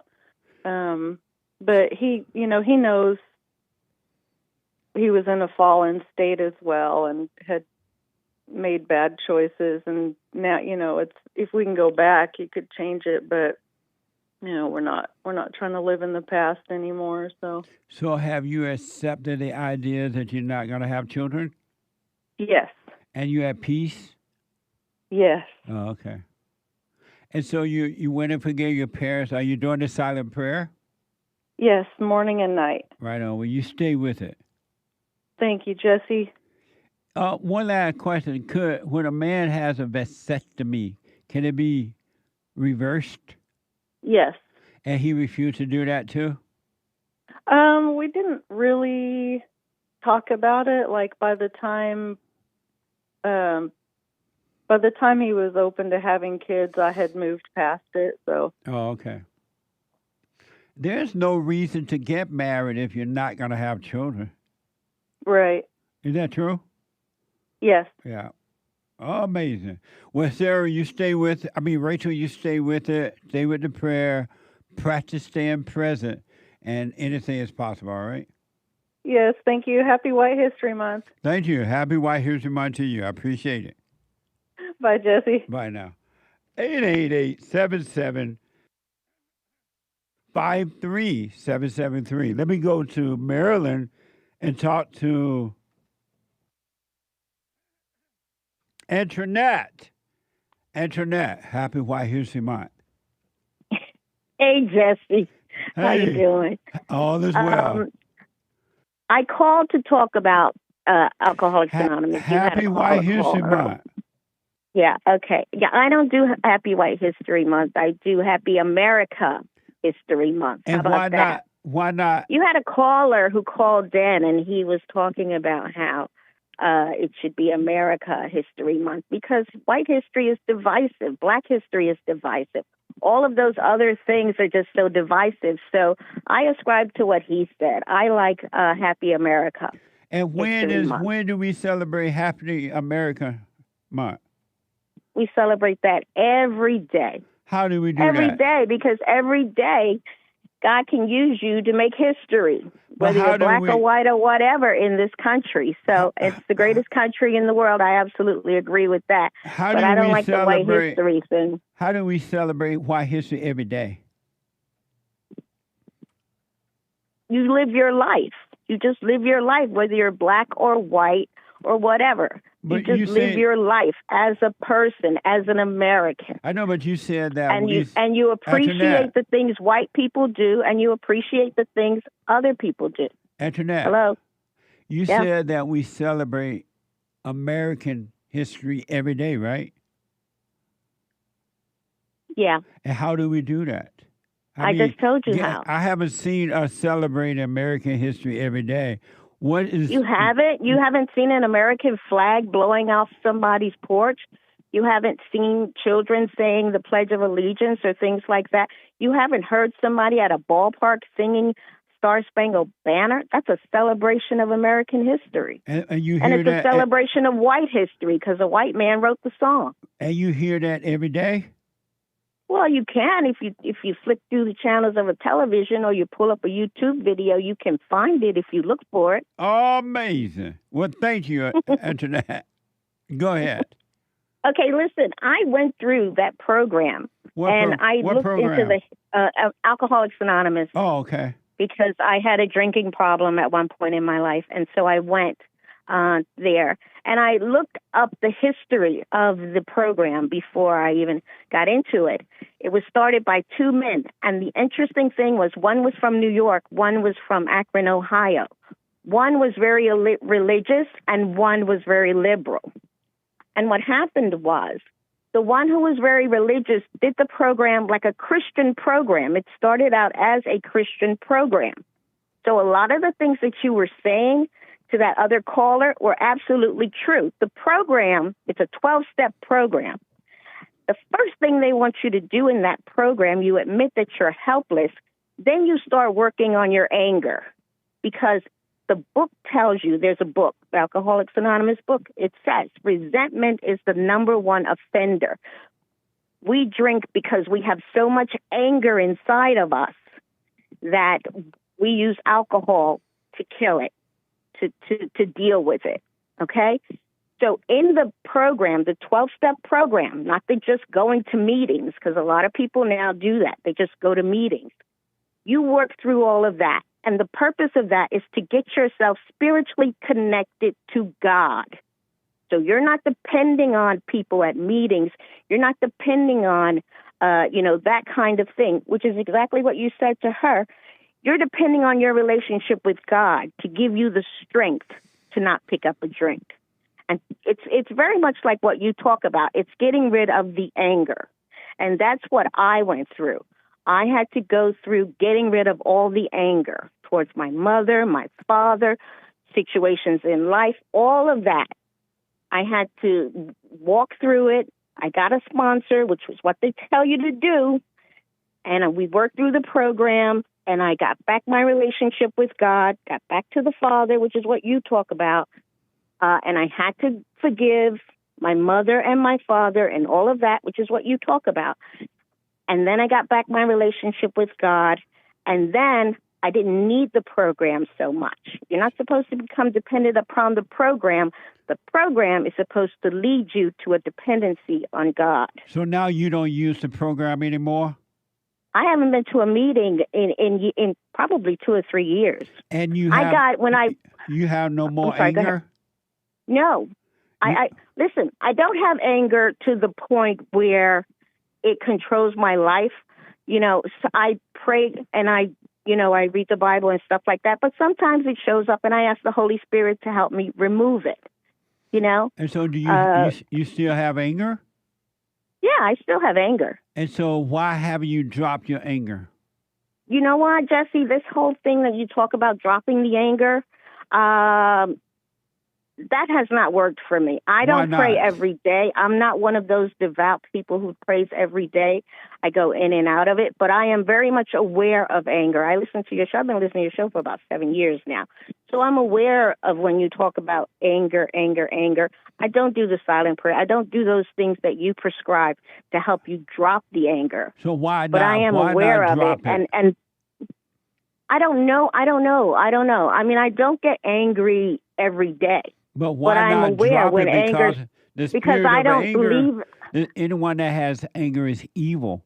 Why not drop it? But that's what you say. Why not because drop that's it? What you say. Why not drop the anger? So why not drop the anger so your nature can change from evil to good? Because I think that's what you say, and I just don't believe that. Oh, you don't believe that anyone who has resentment or anger is evil? No, I don't. Well, God said you are. Well, I don't know if God said it the way that you say it. No, he said anyone that has anger is evil, and you cannot trust in anger. Yeah, no, I don't know if he said it that way. He also said, be angry, but don't sin. Don't let the sun go down on your wrath. Antoinette. He's had some other things to say about anger. Antoinette. Yeah. Yes. He said that anyone that has anger is a murderer, and you cannot. Well, I know what verse you're talking about. That's not exactly what he said. Antoinette. Yes. He said that anyone that has anger is a murderer, and you cannot trust an angry person. No, that's what you said, Jesse. No, that's what God said. That's not what's in the Bible. And It just is because in the you Bible. say God say it doesn't Antoinette, mean it's that in it's the true, Bible. Jesse. You know that. Antoinette, You know that. Antoinette. And it's maybe in the Antoinette, Bible, but it's Antoinette. not Hey, exactly the way that Antoinette, you said the it. Bible, Antoinette. It's in the Bible that anyone that has anger is a murderer, and you cannot trust an angry person. That's not exactly the way it's said. How does it say it exactly? It's just not said that way. How does it say it That's then? the way that you interpreted it. Antoinette, how does it say it? I can't really tell you that, but I know it's Then not how do said you know like that's that. not how it is said? Because I know it's not said like that, Jesse. And does he say that anyone that has anger is a murderer? I don't have the scripture right in front of me right now. But so does it say, have you ever read where it says anyone that has anger is a murderer? I have not read that, no. You've never I know read there's a that. scripture, I think it's like Matthew 5:13 or something like that. So you've never But read that. I don't think it's exactly the way that you put it. And so you have never read that. I don't remember. It's been a while since I actually how read the quickly Bible. we forget. No, it's not that I forget, but it's How just I will- don't remember reading it like that. How will I've you read ever- that. I have read that, but I haven't read it. I haven't read it in a while. How will you ever get to know God or be one with God when you have the nature of evil? Oh God. All right, so anyway, so you're a hot mess. What a mess. What You are a mess. I am serious. Listen, I called How about will Alcoholics Anonymous. How will you ever get to and, know God? I'm going to go with that. And, Antoinette. This whole thing, you are something else. Antoinette, how will you ever I get have to... anger. I have anger, and I guess I'm just evil. So, yeah, you are. How And I'm will- not worried about, and I don't worry about how I'm going to get to stuff. I don't ask myself questions like that. I just go day to day. How will you One ever day get at a to time. be? How will you ever? I don't know. How will you ever return to the Father when you accepted evil as good? I didn't accept evil as good. You said that. So why don't you drop your anger then?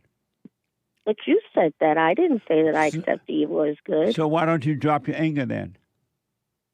I don't know. I don't know how to do that. You got to forgive. I have forgiven. Who?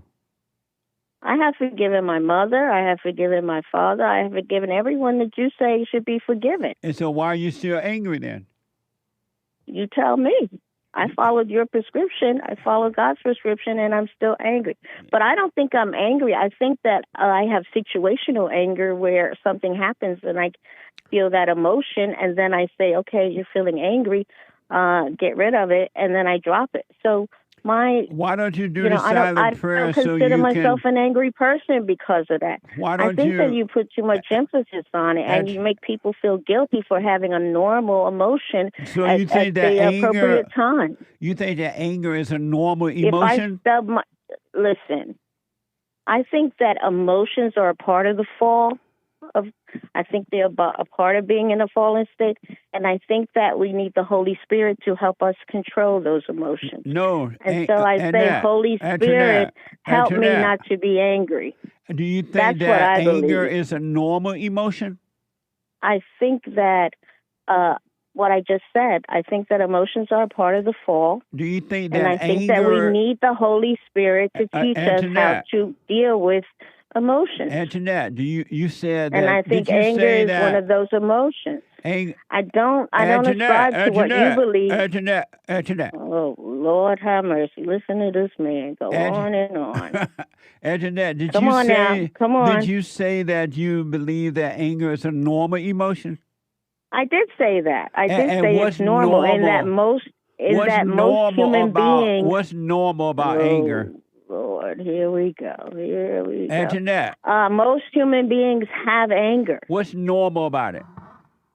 Most human beings have And anger. what's normal about it? So it has been normalized. What's as an normal about it, emotion Antoinette? that people feel Antoinette, on a thanks for daily your basis. call. Thank you. Love you, Jesse. Bye. I love you too. Amazing. Anger is not a normal emotion, folks. Anger is pure evil. And there's nothing normal about being evil. Unless you accept evil as normal.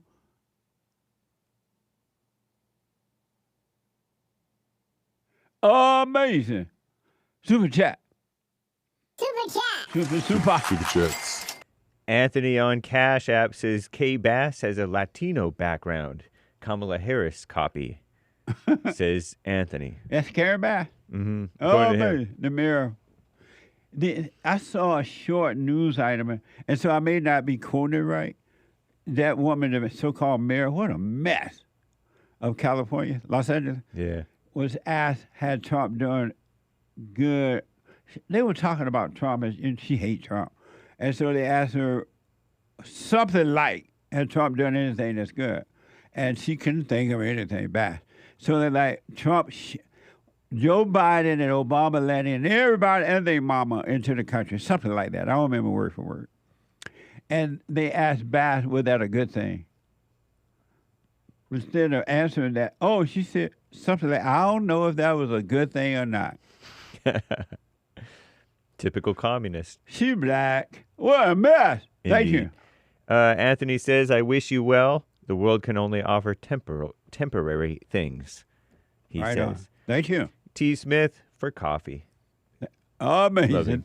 Thank you. Anthony, and again on Cash App. Doctor, I keep hearing a beeping noise in my house. Larry says, much love, Uncle Ruckus. Thank you. Appreciate it. Very nice. Glocko Pop, where is Jesse Church at? Pico and La Cienega. In that West LA area. It's on the website, rebuildingtheman.com/church. Amazing. Base Nation, very generous on Rumble yesterday during church. Here's a secret. ... Thank you. Appreciate it. And we'll read the rest of these later, guys. Thank y'all. Amazing. One more hour to go. Let me take a quick break.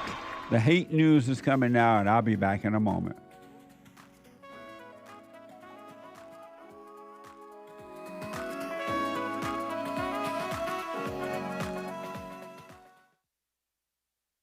I noticed after a while that when these guys overcome their anger, they have amazing ideas about starting a business, but because they've been told that if you don't get a loan from the bank, or if you don't have a 5-year plan, or if you don't do this, and it's just simply not true, it's the first step.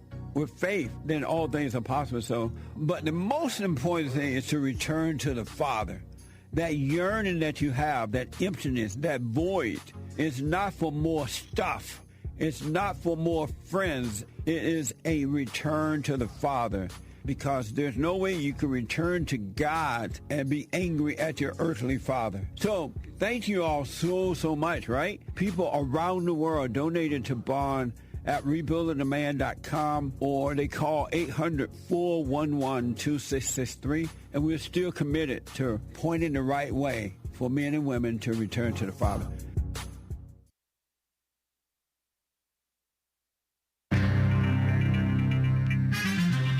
A whole lot of mess going on in the world. Russia and Ukraine still going at it. There was a crazy crash on purpose, it looked like, in L.A., and the crowd beat up the guy because he got kicked out of a club, and then they shot him, too. Somebody shot him, and that person who shot him, allegedly, is at large, and this guy is arrested and in trouble. And there's a lot of people in critical condition. Don't know if anybody's died at this time. And our greatest president is talking about the Washington Redskins, not the Washington Commanders. What a mess. This is the end of hour 2 already of the Jesse Lee Peterson Show. It is Female Monday, July 21st, 2025 AD. Happy White History Month to all. Very nice. After the JLP show, thehakereport.com. JLP will be right back to your calls. There's one line open. You can call in right now, even during Hake News, not fake news. Okay? After the JLP show, The Hake Report, and then American Anchor, baby. Very cool. Nice. And make sure you do podcast church with Jesse Lee Peterson. Excellent church service, as always. The Commie Nonsense Network, CNN reports, I was telling you about Zelensky saying we need peace and Russia needs to do this and that. The Kremlin spokesman Dmitry Peskov responded to Zelensky saying Russia was ready to move quickly, and that's a quote, on achieving a peace deal with the Ukraine, but its main goal was to achieve its objectives. The latest round of talks in Istanbul, not Constantinople, ended in early June. So it's been over like a month or going on like 2 months that they haven't talked, I guess. Russia and Ukrainian delegates meeting for barely over an hour before calling it quits. I like that stubbornness of those Asiatic peoples. Since then, Russia has launched a wave of deadly missile and drone strikes at the Ukraine. Russia may also be days or weeks from starting a heightened summer offensive, perhaps using the 160,000 troops that Ukrainian officials have said are amassing near their front lines. So let's hope that our greatest president can get a deal to stop them killing one another. It's not right. It doesn't seem anyway. Anyway, in L.A., meanwhile, a man, so-called man, who was reportedly kicked out of a nightclub early Saturday, Friday night into Saturday morning, he's accused of intentionally driving into a crowd who had gathered outside for valet services, food stands, and entry into that hot spot. The crash at the Vermont Hollywood. Fancy kind of looking sort of a joint, I guess, somewhat. Left at least 36 people injured, 7 in critical condition. The driver identified as Fernando Ramirez. Fernando Ramirez, age 29, dragged out of his vehicle by bystanders, beaten, and shot in the back. Fernando, was transported to the hospital for surgery, arrested on suspicion of assault with a deadly weapon, with his car. The man believed to have shot Fernando Ramirez remains at large. Karen Bass, the so-called mayor of L.A., that black female, we were just talking about her, she called the incident a heartbreaking tragedy and praised the swift response of more than 100 police and fire personnel. Terrible, huh? President Donald J. Trump threatening to restrict a stadium deal in Washington, D.C., unless the so-called Washington Commanders change their name back to the Redskins. The football team dropped the old Redskins name in 2020 after decades of criticism from busybody American Indian groups. They call themselves Native American. But Sunday, Trump posted on Truth Social, quote, "I may put a restriction on them that if they don't change their name back to the original Washington Redskins and get rid of the ridiculous moniker Washington Commanders, I won't make a deal with them to build a stadium in Washington." D.C., that is. In April, D.C. Mayor Muriel Bowser, remember that black female? She announced plans to build a new stadium on federal land, blah, blah, blah, blah, blah. I'm James Hake. Now back to JLP. Hour 3.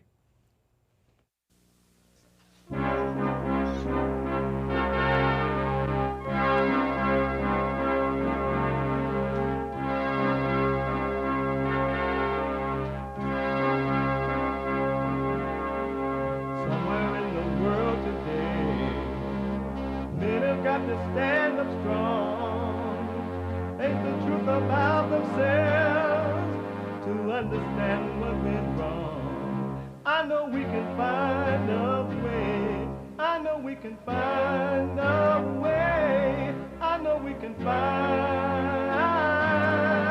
a way to stand up, stand up.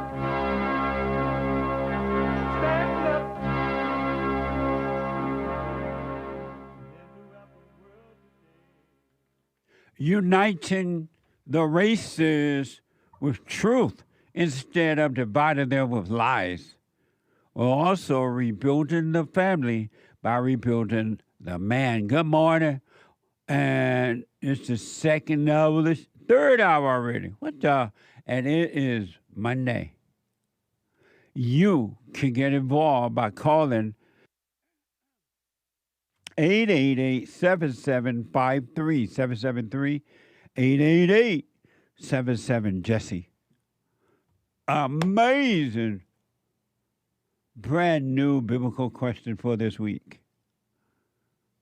And it is a comment vous question. It's so amazing. It is mind-blowing. For those who want to work on themselves, how would you know when you're of truth? How will you know when you're of truth? You're of truth. That question is so deep, it makes you want to holler, throw up both your hands. We have every way that you can watch and support the show listed on JesseLeePeterson.com/show, JesseLeePeterson.com/show.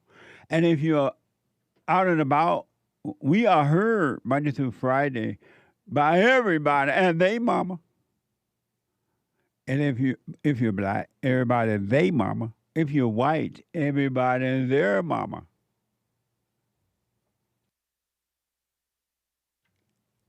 We are heard around the world. And so it's different time zones, so some people can't catch it or listen live or whatever. And they were like, oh, I wish I could hear it. You can now on your iPhone or iPad. You can podcast, of course, but you could be listening to the show on your iPhone or iPad by calling the listen line on TalkStream Live at 605-615-4131. 605-615-4131. And to donate and have your comments read out loud, go to Buy Me a Coffee. BuyMeACoffee.com/JLP Talk or Bond JLP Cash App. It's Monday. And though we take all costs, Mondays is and it will always be Female Monday. All my life, I had to fight.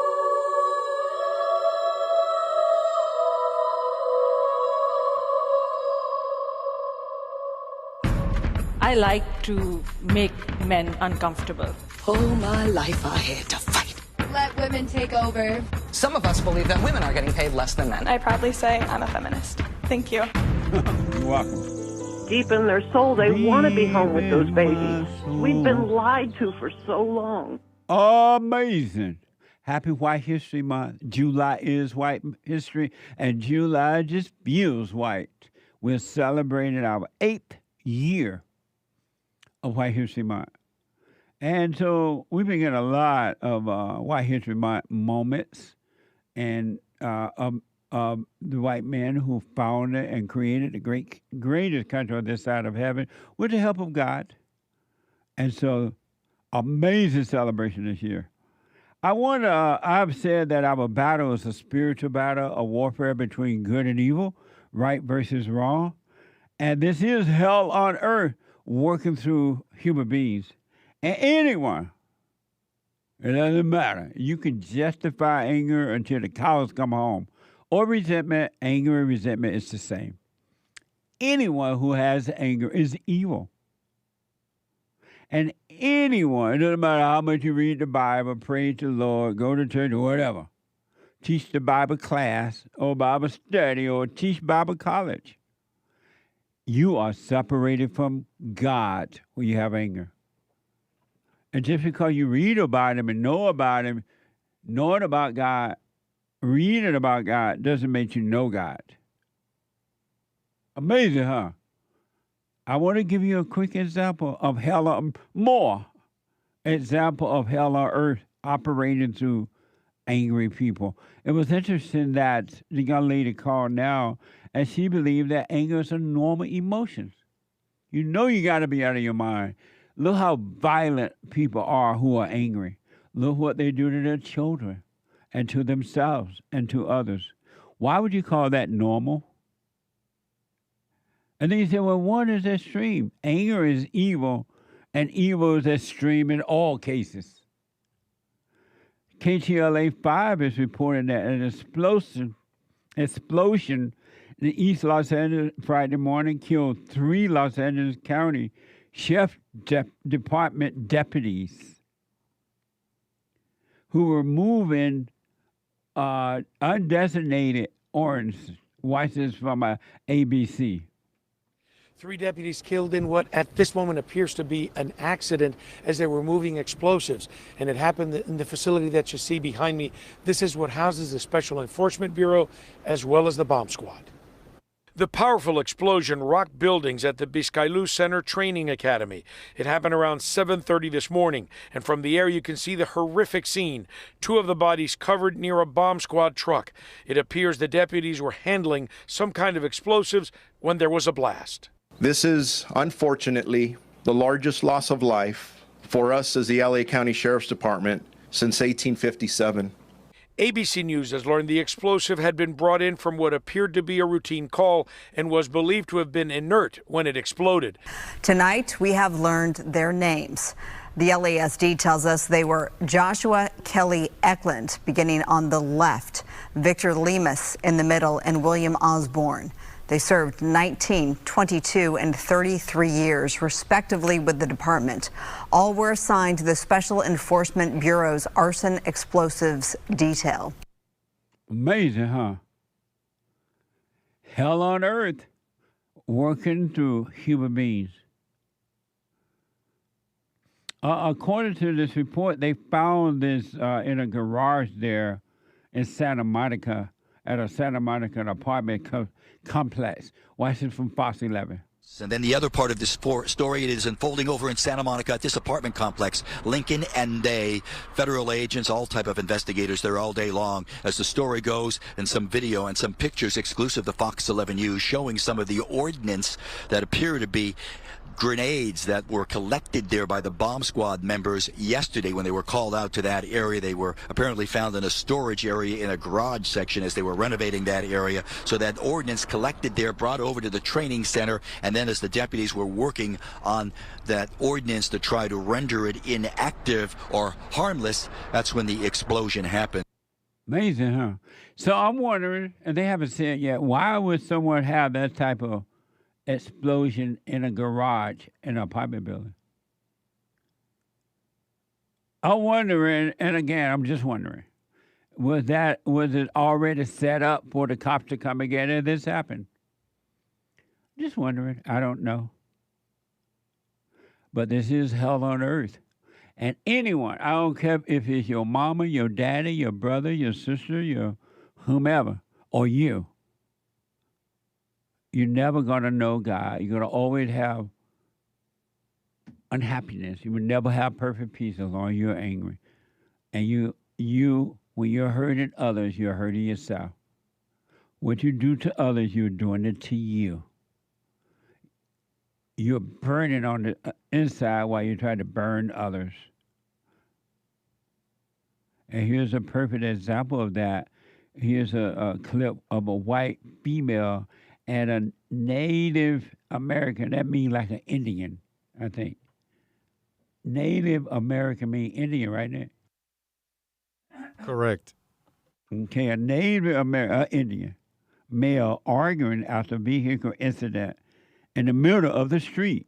Watch this from Instagram. Time to waste on Colonizer. She told me to go back to where I came from. Your driving Do habits, you see that? Because we don't drive I'm the Native same in American. Oregon. We're kind and we make space. And as someone who's from here as well, I'm so tired of people driving like you just did. All right, get out of my face. Admit you're wrong and that it's not a race thing. Admit that you're driving. Admit you're white. Admit you have a colonizer mindset. It's not about race. If you want things to change, when you so it's on me. Do so it's not on me. call the race card. You do not call the. Shut up. And don't even get in her face. Do not get in her face. You're taking out Do your not. pain and oppression on me right now. Stay out of it. We are, and it's important. It's important. Give it a moment. If you want anything to change, if you want, shut up. It's not on me to change. It's on you and your colonizer mindset. So get the out of my face, you white lady. I'm as angry as you or are. I can get out of my face. And you colonizer. You know there's work to you here. It's not on me. It's on you now. and your people. I'm from Warm Springs Red, where she and her white colonizer mindset put me in. You pulled in front of my car in my lane. Yeah. Just to get around the car. What love got to do with it, right? Think about that. 2 adults industry arguing over nothing. Two devils. What's a colonizer? Those people that made the world great. What do that Because mean? they went around and like took over a bunch of places in the world. The British and white people in general. I'm lost. You're asking what a colonizer is. Someone Right. who goes and colonizes another nation that wasn't theirs originally. But And this so they nation like take did- it over. This nation didn't belong to anyone before the white man got here. That's what they're saying. That's what this person is saying. Oh, they're saying it did not belong to anyone? They're saying it belonged to somebody else. Who did it belong to? The Indians. The Indian didn't own anything. Right. They fought with each other even. Right. They were just living in the woods smoking pot, better known as peyote. But that's what they're saying, right? Like even if you disagree on the details, that's what they're Oh. referring. They're referring to white people that when they went around and set up civilization around the world. Well, they need to know about White History Month. Yeah. Because that's not true. What? I wonder what he meant by calling you white colonizer, whatever. And he's mad about that. What does that have You're to do a white with him? colonizer. You pulled in front of my lane, sir. That's like, are we having the same conversation? And whatever happened to, okay, car incident, here are my license, my insurance paper, I'm sorry, we'll take care of this. Why you got to argue and fight like that? Anyone that has anger is separated from God and is evil. And this is what you get. Hell on earth. 888-7753-773. Let me go to first time caller out of Texas. Claudio, I believe. Claudio, you're on the air and happy White History Month. Yo, Jesse, happy White History Month. Thank you. Yeah. I'm just gonna make it pretty quick right here. Just ask a quick question. What about July to you like just feels white? This summertime, vacation time, reflection time on how great the country is and the white man who made it possible with the help of God. 4th of July, reflection, relaxation, and appreciation. The birthday, all kind of good stuff. Amen. Yeah, and That makes sense. Thanking God for yeah. That Right. makes- You think we're doing better now Better now than what? than we were in the last 4 years? Yeah, did you hear the good news? There are thousands of jobs available now for plumbing, building, and all kinds of stuff that you can do now the way they used to do it in the good old days, and you can work those jobs and eventually start your own business. Jobs are everywhere now, whereas we didn't have it before. The border is shut down, locked down, and the president is deported illegal. It's definitely They're deporting themselves too. it's definitely better now than it has been in a long time. The law's been there. What do you think The about law's that? been there for a long. The law's been there for a long time. We're enforcing them, and it's good. They can come back legally if they want to, if they can go through the process. And everything's been good. It's been a good month. It's not even his first year. I know. Amazing, huh? Amazing. What manner of man is this? The wind and the sea obeys him. It's amazing. Well, Yep. thank you, Claudio, and happy White History Month. All right. God bless you. You Jesus, too, buddy. In Jesus' name. All right. Right on. Amazing. Great. There's a line open. You want to jump in there. 888-7753-773. Brady is out of Arizona. Brady, you're on the air. Yeah, good morning, Jesse. I wanted to say all baby makers matter. Okay. One thing I was wondering, Tim, you were talking about the women of today, and I kind of been confused. I got some people that are supposedly women. I'll give you their names. I want your opinion on them. But I don't want their names. Bridget McCrone. I don't want their names. But just tell me what you want to say, okay? How do you feel about their hiding their peckers in their pants? 888-77. I'll let him go. 888-77-JESSE. Alex out of Canada. Alex, you're on the air. Hey, Jesse. Happy White History Month. Happy White History Month, Alex. I want to answer the biblical question. How will you know when you're of truth? You know, because you can't even remember how the not you was. You would know when you don't remember how the not you were? Yeah. Oh, okay. Amazing. And why do you get rid of anger? I'm sorry? Well, when you get rid of anger, you stop living in the past.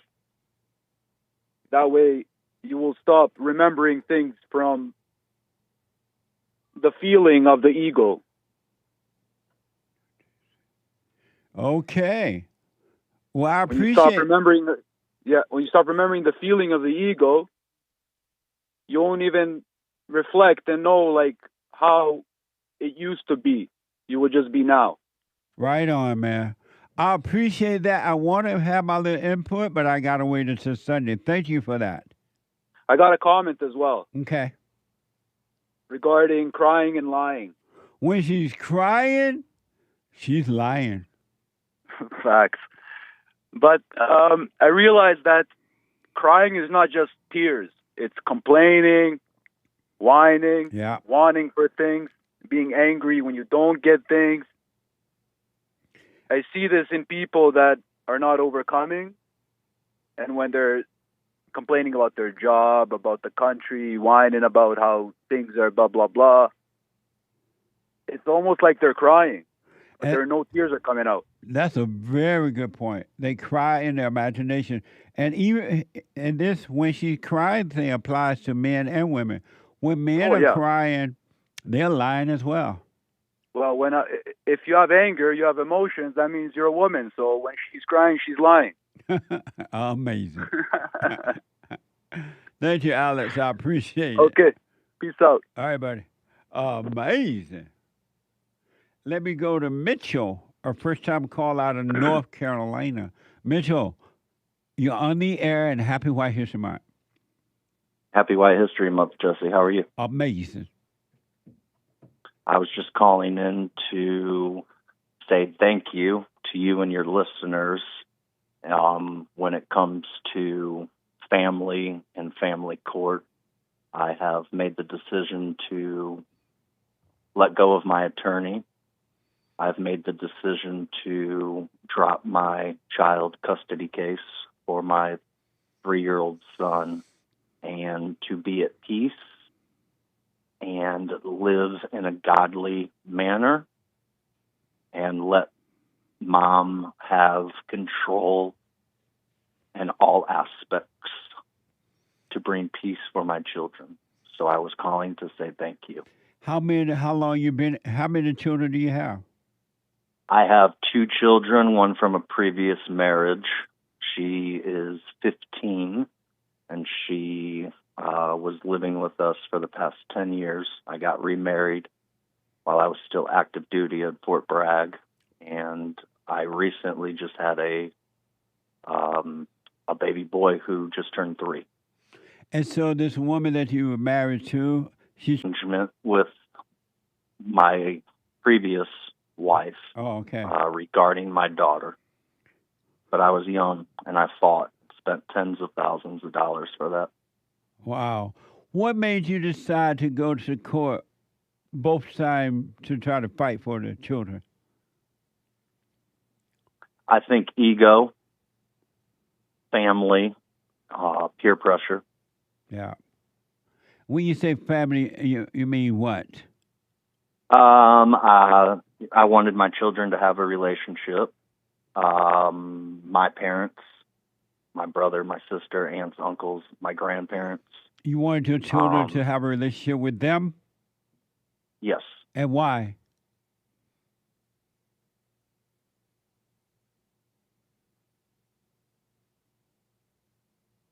Because I am a very family-oriented person. I have witnessed what life can be like in other parts of the world due to my military service, and I feel that life is too short and life is too precious to not try to bond with those who share your blood and DNA. But if you notice, the more you try to bond with them, the worse thing got. It could never work. I find that to be true now, yes. I'm going on 40. So, yes, I find that to be true, Jesse. Isn't that amazing? It is amazing. And so with the son you have, you decided to try to fight because you wanted to keep him with your family? I wanted to co-parent. Oh, I see. And I also wanted to, I think providing and protecting as a man is what I was, is what my wishes were. Right. However, going through the process in North Carolina, you have to be separated for a year and a day before you can even file for divorce or do anything permanent. Things can be temporary. And due to my last experience with my daughter and me being a disabled veteran now, the cash flow isn't there to be able to fight, and listening to you and listening to other listeners and viewers, it's not beneficial. Right. Except for to the attorneys and the county and the state. Yeah. And it's a big kangaroo court system. Well, right on, man. And so you decided to stop fighting. Why? I decided to stop fighting for peace. Right on. And absolutely. So I just wanted to say thank you. You're welcome. I appreciate it. Maybe two quick questions. Number one, you had already been married before and had a daughter, had a child. What made you get married again and end up in the same situation?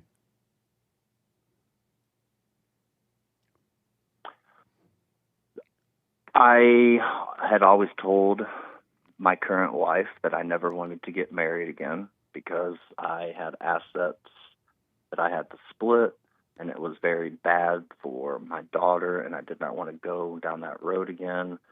And I actually went from Miami, Florida, when I was on vacation, when I had bought my house before I was married, and took my then fiance, who was my current wife, and we drove to Charleston, West Virginia to meet her father, and he was adamant about if we were living together that it would be wise to do some sort of marriage.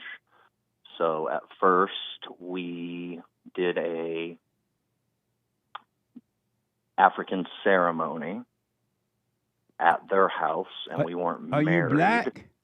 I'm not black. Is she black? She black. She black. She black. Oh, African ceremony. What the? She is African, yes. West African, Ghanaian. Oh, as a matter of fact, God. Yeah. My mother-in-law is living at my house now. Oh, God. And she is there with the baby, and she is watching the baby boy, and mom is running all around town. And you white, right? Yes, sir. Oh, amazing. So you got married because her father suggested you get married? I didn't get married because her father suggested that we get married. Well, I think that was... Well, what was the reason getting married? You had already been married. You had a child. Why repeat the same mistake? I think that I was living in dark. I think that I wasn't awakened. Yeah. I was vulnerable from getting out of the military and being disabled. And I think that all of that came really, really quick. And I think that I made a very hasty decision. Yeah, I understand. And how you what type of military problem you have? Disabled, if you can say. I mean, my back, my knees, okay. neck, traumatic brain injury. Amazing. And so have you overcome your anger? I'm in the process of doing so. I think today, dropping the attorney and moving forward, I've been contemplating it, and I've been listening to a lot of listeners over the past 6 months to a year that have kind of been in the same situation, and I have been fighting it, and financially paying for 2 households. Oh, mess. And it's no longer, it is a mess. And so why not just drop your anger so you could be free and you could be guided by the light instead of the darkness of anger? Why not just drop your anger? I believe that I have. Oh, cool. So you don't have any more anger? I don't believe so. Right on. You forgave your mother and everything? I have. Right on, man. Well, I wish you well, Mitchell, and do the silent prayer, stay present, and it will blow your mind how from this day forward, everything will just work out for you without your efforts. Absolutely. Thank you for your time, Jesse. You're welcome, man. I wish you well. I wish you well as well. Thank you. Amazing. 888-7753-773. Let me go to first-time caller Ken out of Maryland. Ken, you're on the air. Hello, Jesse. Can you hear me? Happy White History Month, Ken. James Hake. Shout out to your whole team. Shout out to the YouTube chat. Best chat this side of heaven. And thank you Shout guys out. for and thank you guys for everything right on that you do. Hold that thought for me, man. Let me take a quick break. Hold on. 888-7753-773. Quick break. The treasure chest is now open on D-Live and scratch-offs on PO.net. Back in a moment.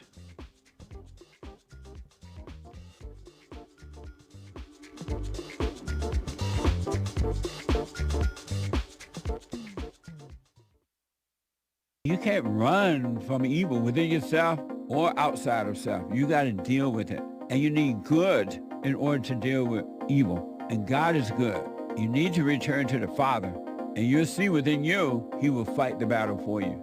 And he will fight it without, because he will show you how to deal with it. And you will have no fear. Love God with all your heart, all your soul, all your might, along with nothing else. Nothing else means yourself, your children, your wife, your things, your ego, your reputation, and all that. You can't care about any of that. The children of anger will use it to control you. But if you love God, he will renew your mind, and none of those things will be before him. And so when they go after you, oh, well, you may take my body, you may take my things, but you're not going to take my soul. And that's a true reality.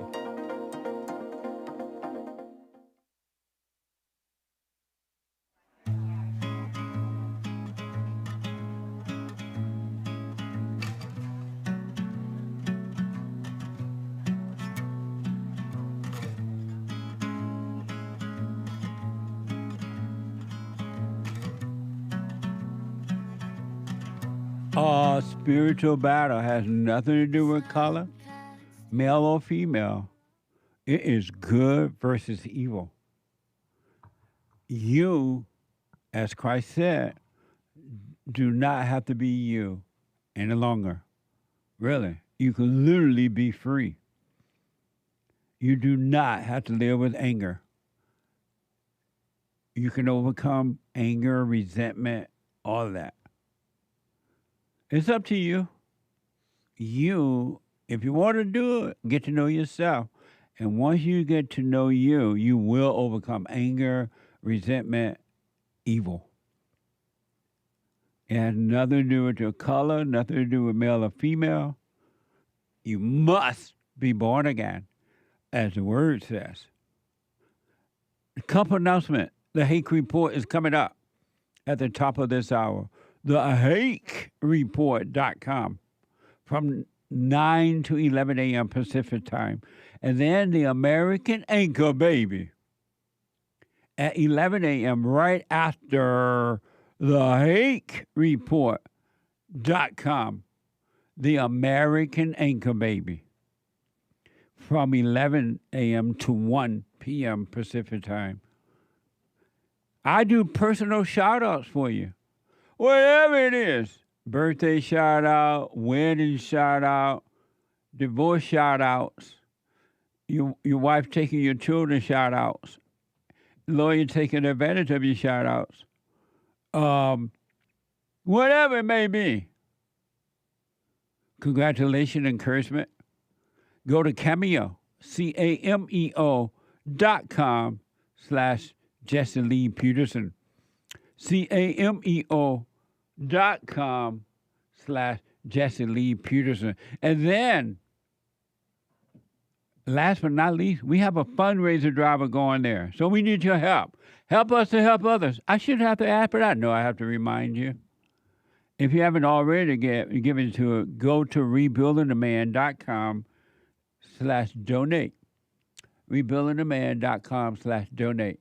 And make a donation. Help us. We have a challenge grant going on here. What?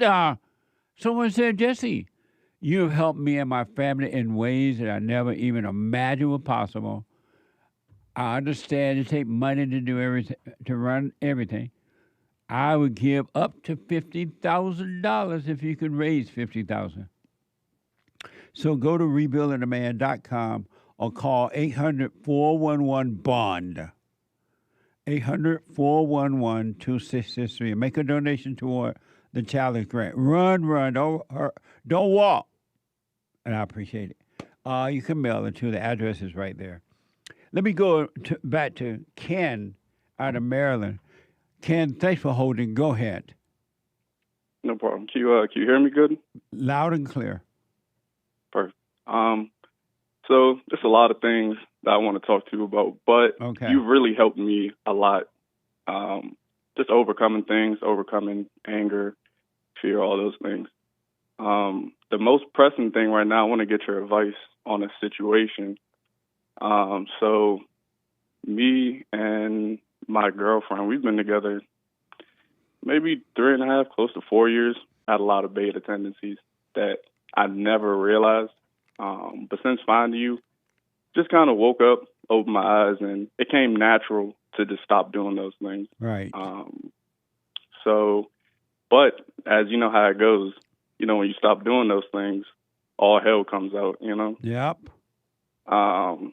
So I guess the biggest situation I'm in right now, so I leave for the military in September in a couple months. So, we've been kind of going through it.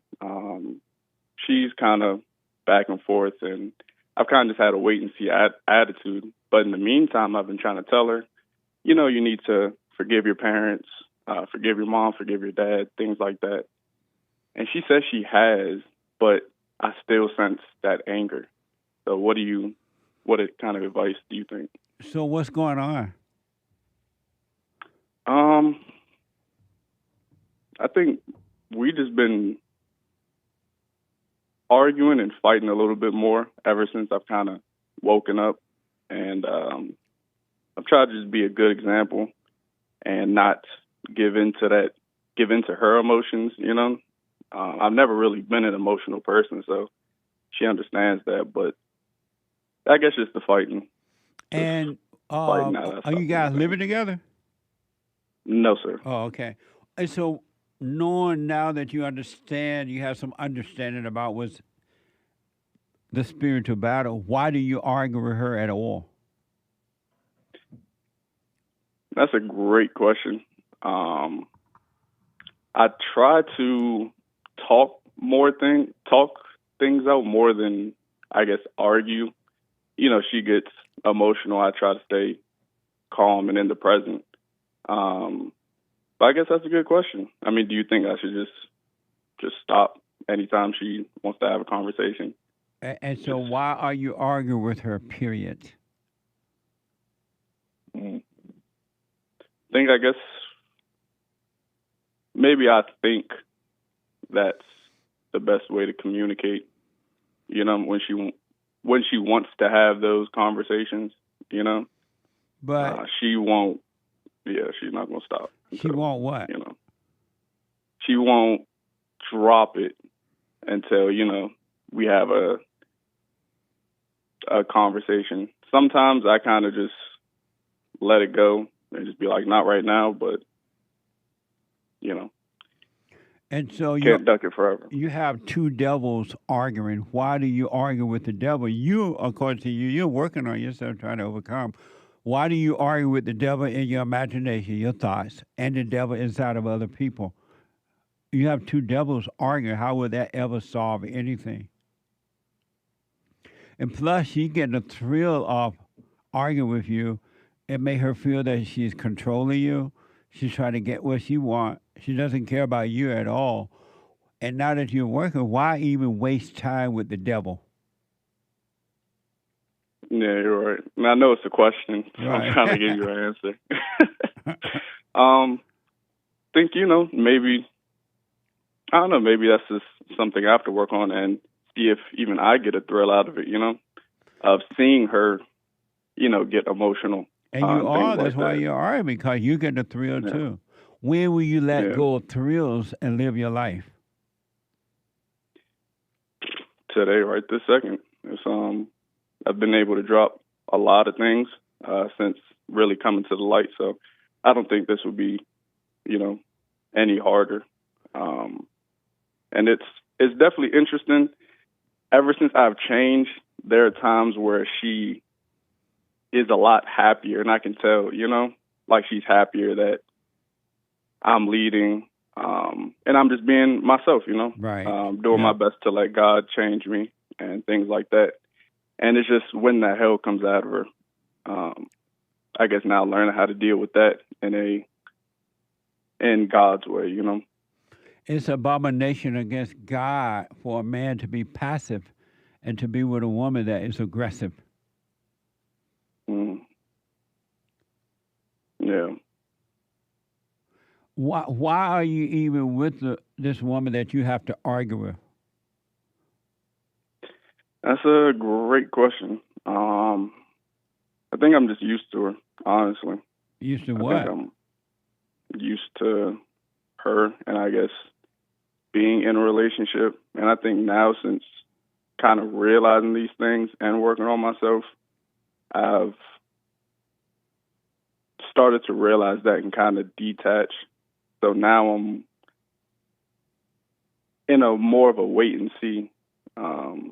And that's actually a great question. Do you think I should even be in a wait and see, like with this whole situation and going to the military, or?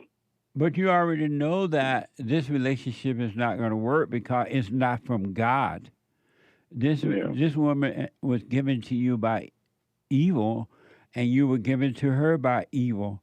And when two evil people come together, all they ever do is fight because it's not from God. You had your mind on the woman, and you end up getting the woman and made her your God. God said that our mind should only be on the truth and not on anything or anyone else, and then he will add to us. And all things that he gives to us is perfect. If this woman were from God, you would never have to fight with her, and you would never have to make the relationship work. You wouldn't have to put any effort at all in the relationship. It'll work by itself. Yeah, 100%. I think since forgiving my mom and my dad, I've definitely seen how in the beginning, again, we've been together for a few years, and I can definitely say maybe for the past couple, I've definitely done things to make her my God. And I think now that I've taken that away, it's the whole dynamic is just different. Oh, plus, I don't even know. I forgot to tell you, she's older than me. Oh Lord. I don't know how I forgot to tell you. Lord, not George, Lord. How about I should have started with that. Maybe a year, like a year and a couple months. And how many children she has already? She has none, thankfully. 9? We don't have any kids together. No, none. 0. Oh, 0. Do you know that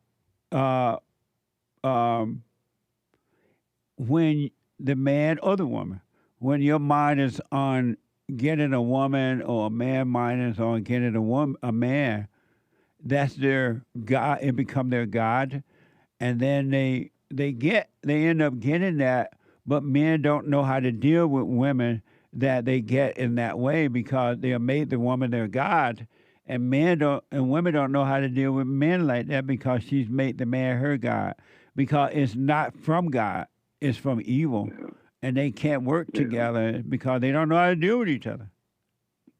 Yeah. You should not be thinking about that. Your mind should only be on the truth, because the truth is not going to change just because you decide, well, I want a woman, or I want this and I want that. It'll let you have what you want, but you'll suffer from it.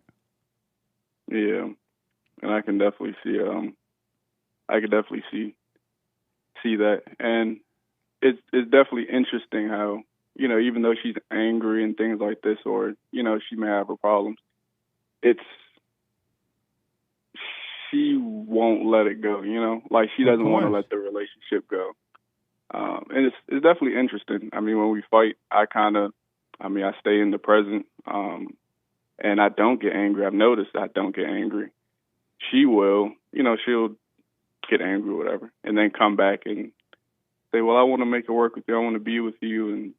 And I'm like, well, why? You know, is it that control? But I think hearing you know, your relationship advice, and definitely seeing how I'm younger, I don't think it will be good in the end. You know? How old are you? I'm 25. And she's what? Right now, today, she's 27. Wow. And I'll be 26. I'll be 26 at the end of September. Well, here, because of time, did you have a question for me? No, I just wanted some advice. What's advice? I kind of already know. And what you do you know, already God is know? definitely showing me that this probably isn't going to work out. That it's not going to work out because it's not from God. Yeah. The signs are already there. With me leaving. Yeah. And with me leaving to go to the military and things like that, it's going to be extremely difficult. We're going to be fighting. The signs are already there. You already fight. Fight is just two devils fighting. I would recommend you cut out the fighting and do what you want, of course, but this is not going to work because it's out of hell. It's not from heaven. Yeah. And I would recommend you just wish her well, and you focus on the kingdom of heaven within, the truth. And the truth will make you free, and the truth will add everything on. God has this amazing dating service. He's an expert when it comes. He's an expert when it comes to dating and marriage. I would recommend you use his app instead of using Say's app. No, for sure. And I mean, at this point, I'm not in my life. I'm not even. If that's what God has for me, cool. But it's not even a big deal. Nothing is really that big of a deal. That's anymore. right. You shouldn't even be thinking about dating or family or anything. Your mind should only be set on the truth. And the truth will make you free, and the truth will add unto you perfect gifts. But yeah, I know that for a fact. Are you doing the silent prayer? Yes, I'm practicing it, but I noticed that I always end up falling asleep. Like I relax, all my muscles, you know, try to focus on my forehead. But after like 5-10 minutes, I end up falling asleep or waking up. Why don't you sit up and do it? Yeah, I need to. Are you black? Yeah, I'm black. Oh, no wonder. So, the black but yeah, man I am ain't gonna sit up and do that. What the? That's love called laying work. Yeah, love laying down. I would So, I would recommend you sit up and do it. Eventually you'll be able to lay down and do it. But I would sit up and do it so you don't fall asleep. yeah, for sure. But I'll definitely stay with it. Yeah. Stay with doing it for Yeah. sure. Stay with it, stay with it, stay with it. And do what you want with this woman, but I highly recommend you let her go and just seek the kingdom of God. And you're about to go off to the military anyway. And all she's fighting for is control. It's not that she loves you. She hates losing the control she's had over you. Yeah. God has definitely revealed that to me. Yeah. Just from the small things, you know, just asking me to do things, asking me to do random stuff. Yeah. Like I'm not getting up doing that. You go and do it. So, what a mess. No, I definitely appreciate it. I'm not going to hold you up anymore. We already know the answer. So again, thank you for everything that you do. I never would have thought of these things or been revealed these things if it wasn't for you. Hey, love your shirts. Don't let Jesse bully you out of wearing the shirt. Do you see the shirt he has on now? Are you watching live? I saw the shirt. What do you think? It's his style, you know. Yeah. It's his style. But I wear it. I mean, I'm black, so I ain't wearing it. But you know, it's white. It's his style. So yeah, I know it's a white man shirt. And Hake is definitely a white history hero. That's right. For a shirt, for sure. So, it's a nice shirt. But There's again, nothing wrong with it. No. You want to say something? But thank you. Oh yeah, no problem, Hake. But all right, I appreciate it. Again, appreciate your advice. Keep doing what you do. I will, and I wish you well in the military. I really appreciate it. Which branch are you in? Big Army. Right on. Big Army. Great White Hope's Army. Right on. If ever there was a time to be in the military, it's now. It definitely wasn't under Biden or Obama, for sure.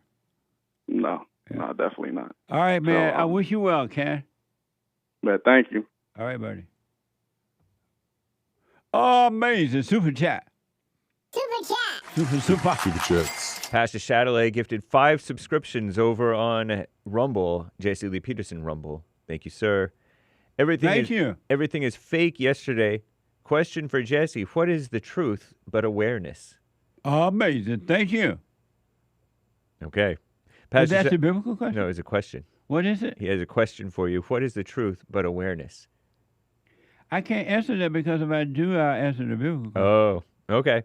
Sorry, everything is fake. Gotta wait. Yeah, hold that for me until I'll respond on Sunday. Thank you, though. Appreciate it. Pastor Shadowley gifted 111 gold pills on pilled.net. Amazing church, he says. Fellowship was like, bring it on home to me. Check it out at rebuildingtheman.com/church. Mind-blowing yesterday. Thank you. Jamil bought a coffee. Amazing church. I had an epiphany while watching. Christians look up to Jesus as someone unreachable. Yeah. God, they call him. Jews, because he was one of them, they look down on Jesus and are still waiting for a Savior today. And both fight each other and prove they are right. What a sad way to live. When I look at the world, it fills me with sorrow. Thank you. Fight each other to prove that they're right. Amazing. Piotr, 3 coffees. Thank you, Jesse and team, for the best fellowship this side of heaven. Amazing. Thank you. I appreciate it. Luke, 3 coffees. If you were an evil system, would you rather people believe they are children of God in a created, enclosed world, or cosmic accidents on a spinning rock where nothing matters? I don't understand the question at all. Flat Earth or ball Earth? Spinning globe hurtling through space, or are we the center of the universe created by God? Thank you. I don't understand the question, but thank you. Amazing. Thank you, Luke. Yeah. Stephen, bond service was great. Amazing. Thank you. That's on Cash App, Bond JLP. It was mind-blowing. For those who want to overcome, it was mind-blowing. Thank you. Anthony, Grandma Bass wants Mexican illegals to be happy. Here's $200. Thank you. Bass is a mess. I can't believe that female is the mayor of L.A. Every time I think about it, I shake my head. Amazing. Thank you. Anthony heard that Barack and Michelle had a talk. Amazing. I hear that, and I saw that. He was on her little talk show. Oh, yeah. Or something, YouTube right. channel. It was a mess.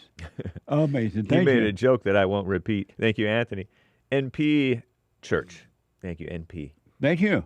Anthony, new dawn, a new day, and I'm feeling good. It's a new dawn. It's a new day. And I'm feeling good.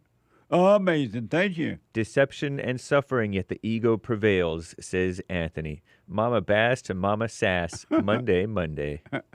Amazing. Thank you. Or Cass. Matt, 1776, over on Pilled, gifted the cookie. Sorry, fam. Another minor buffer blip incoming over on Pilled on their end. Hey, his Bill. Apologies. Thank you. I appreciate it. Aries 1 gifted 10 memberships to Jesse Lee Peterson on YouTube. Thank you. I got to stop there. Okay, we'll read the rest later, guys. Thank you all. I'm looking at the clock going by. Let me go to Russell. Russell, we love you. Russell, we love you. We love you in the summer and the fall. Russell, we love you. Russell, we love you, but you just can't play no ball. Let me go to Russell out of San Jose, California. Russell, you're on the air. How you doing, Jesse? All is well, Russell. Hey, by the way, Jesse, I kind of do play ball. When I was in Alabama, I went to Rebecca Comer High School, and we used to play this high school called Russell County High School. And that was our theme song. They couldn't play no ball, and we used to be yelling at them during the game. But did you get angry at them? Never got angry. It was too much fun. Because of time, did you have a quick question?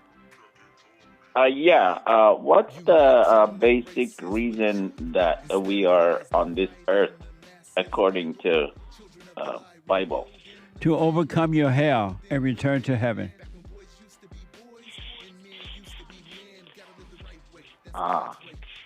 And what is our hell here, and what is heaven? Your hell is your wicked heart. Anyone that has anger or resentment is evil. The heart is wicked, and it separates you from God.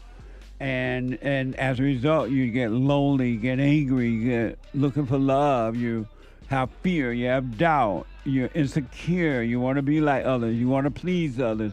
You have an ego. All kind of mess. You want to. The purpose is to overcome all of that. Yeah.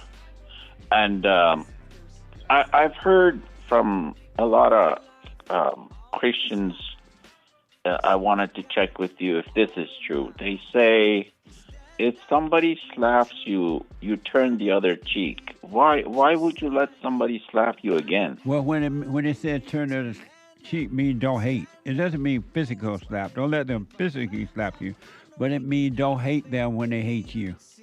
Don't be angry. But if somebody shows you violence, if you're a Christian, you should show them violence back. If they attack you physically, you should protect yourself. But if they attack you verbally with their words, you should not be bothered at all. Forgive them. They know not what they do. They can't see. They're asleep. So don't attack them back like that. They can't help it. Got it. So don't get angry at them. Right. Okay. Thank you, Russell. All right. Amazing. Amazing. Super chat. Super chats. Pastor Chatelain, 122 gold pills on White History Month. I'd like to honor the White Power Ranger. He might have to introduce himself differently, but he white. He white. Thank you. Thank you. Isaiah, very generous, 50 coffees. For the 50K biblical question. How would you know when you're up truth? When there's no you, he says. Thank you. I'll put my 2 cents in on Sunday. Dante, hey, Jesse, I only purchased 1 coffee because I'm black. I ain't got no money.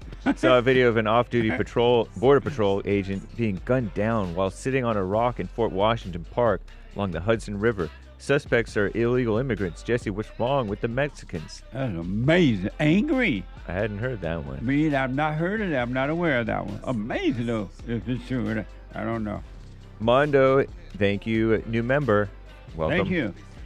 Charlotte, hey, Jesse, ever take a vacation? If you do, what would be your favorite vacation destination? I want to go down under. Wow. Really? I want to go to Europe. Sweet. Nice. Thank you. Uncle Ruckus says, I write Jesse off on my taxes. Right on. Thank you. Fazul. I appreciate that. Oh, we got to end, guys. We'll read the rest of these later. Thank you all so much. Amazing. Work on yourself if you want to be free. If not, just stay in your darkness. Really. I'm about to say bye, AJ out of South Carolina. Eric, first time call out of Colorado. The hate report coming up. Bye.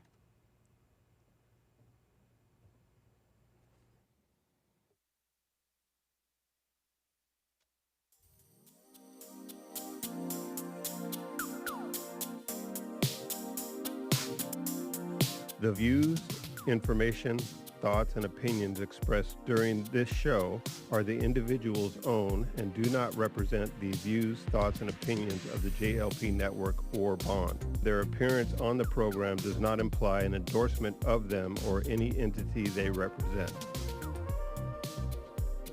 The material and information presented here is for general information purposes only. The JLP Network and Bond name and all forms and abbreviations are the property of its owner, and its use does not imply endorsement of or opposition to any specific organization, product, or service.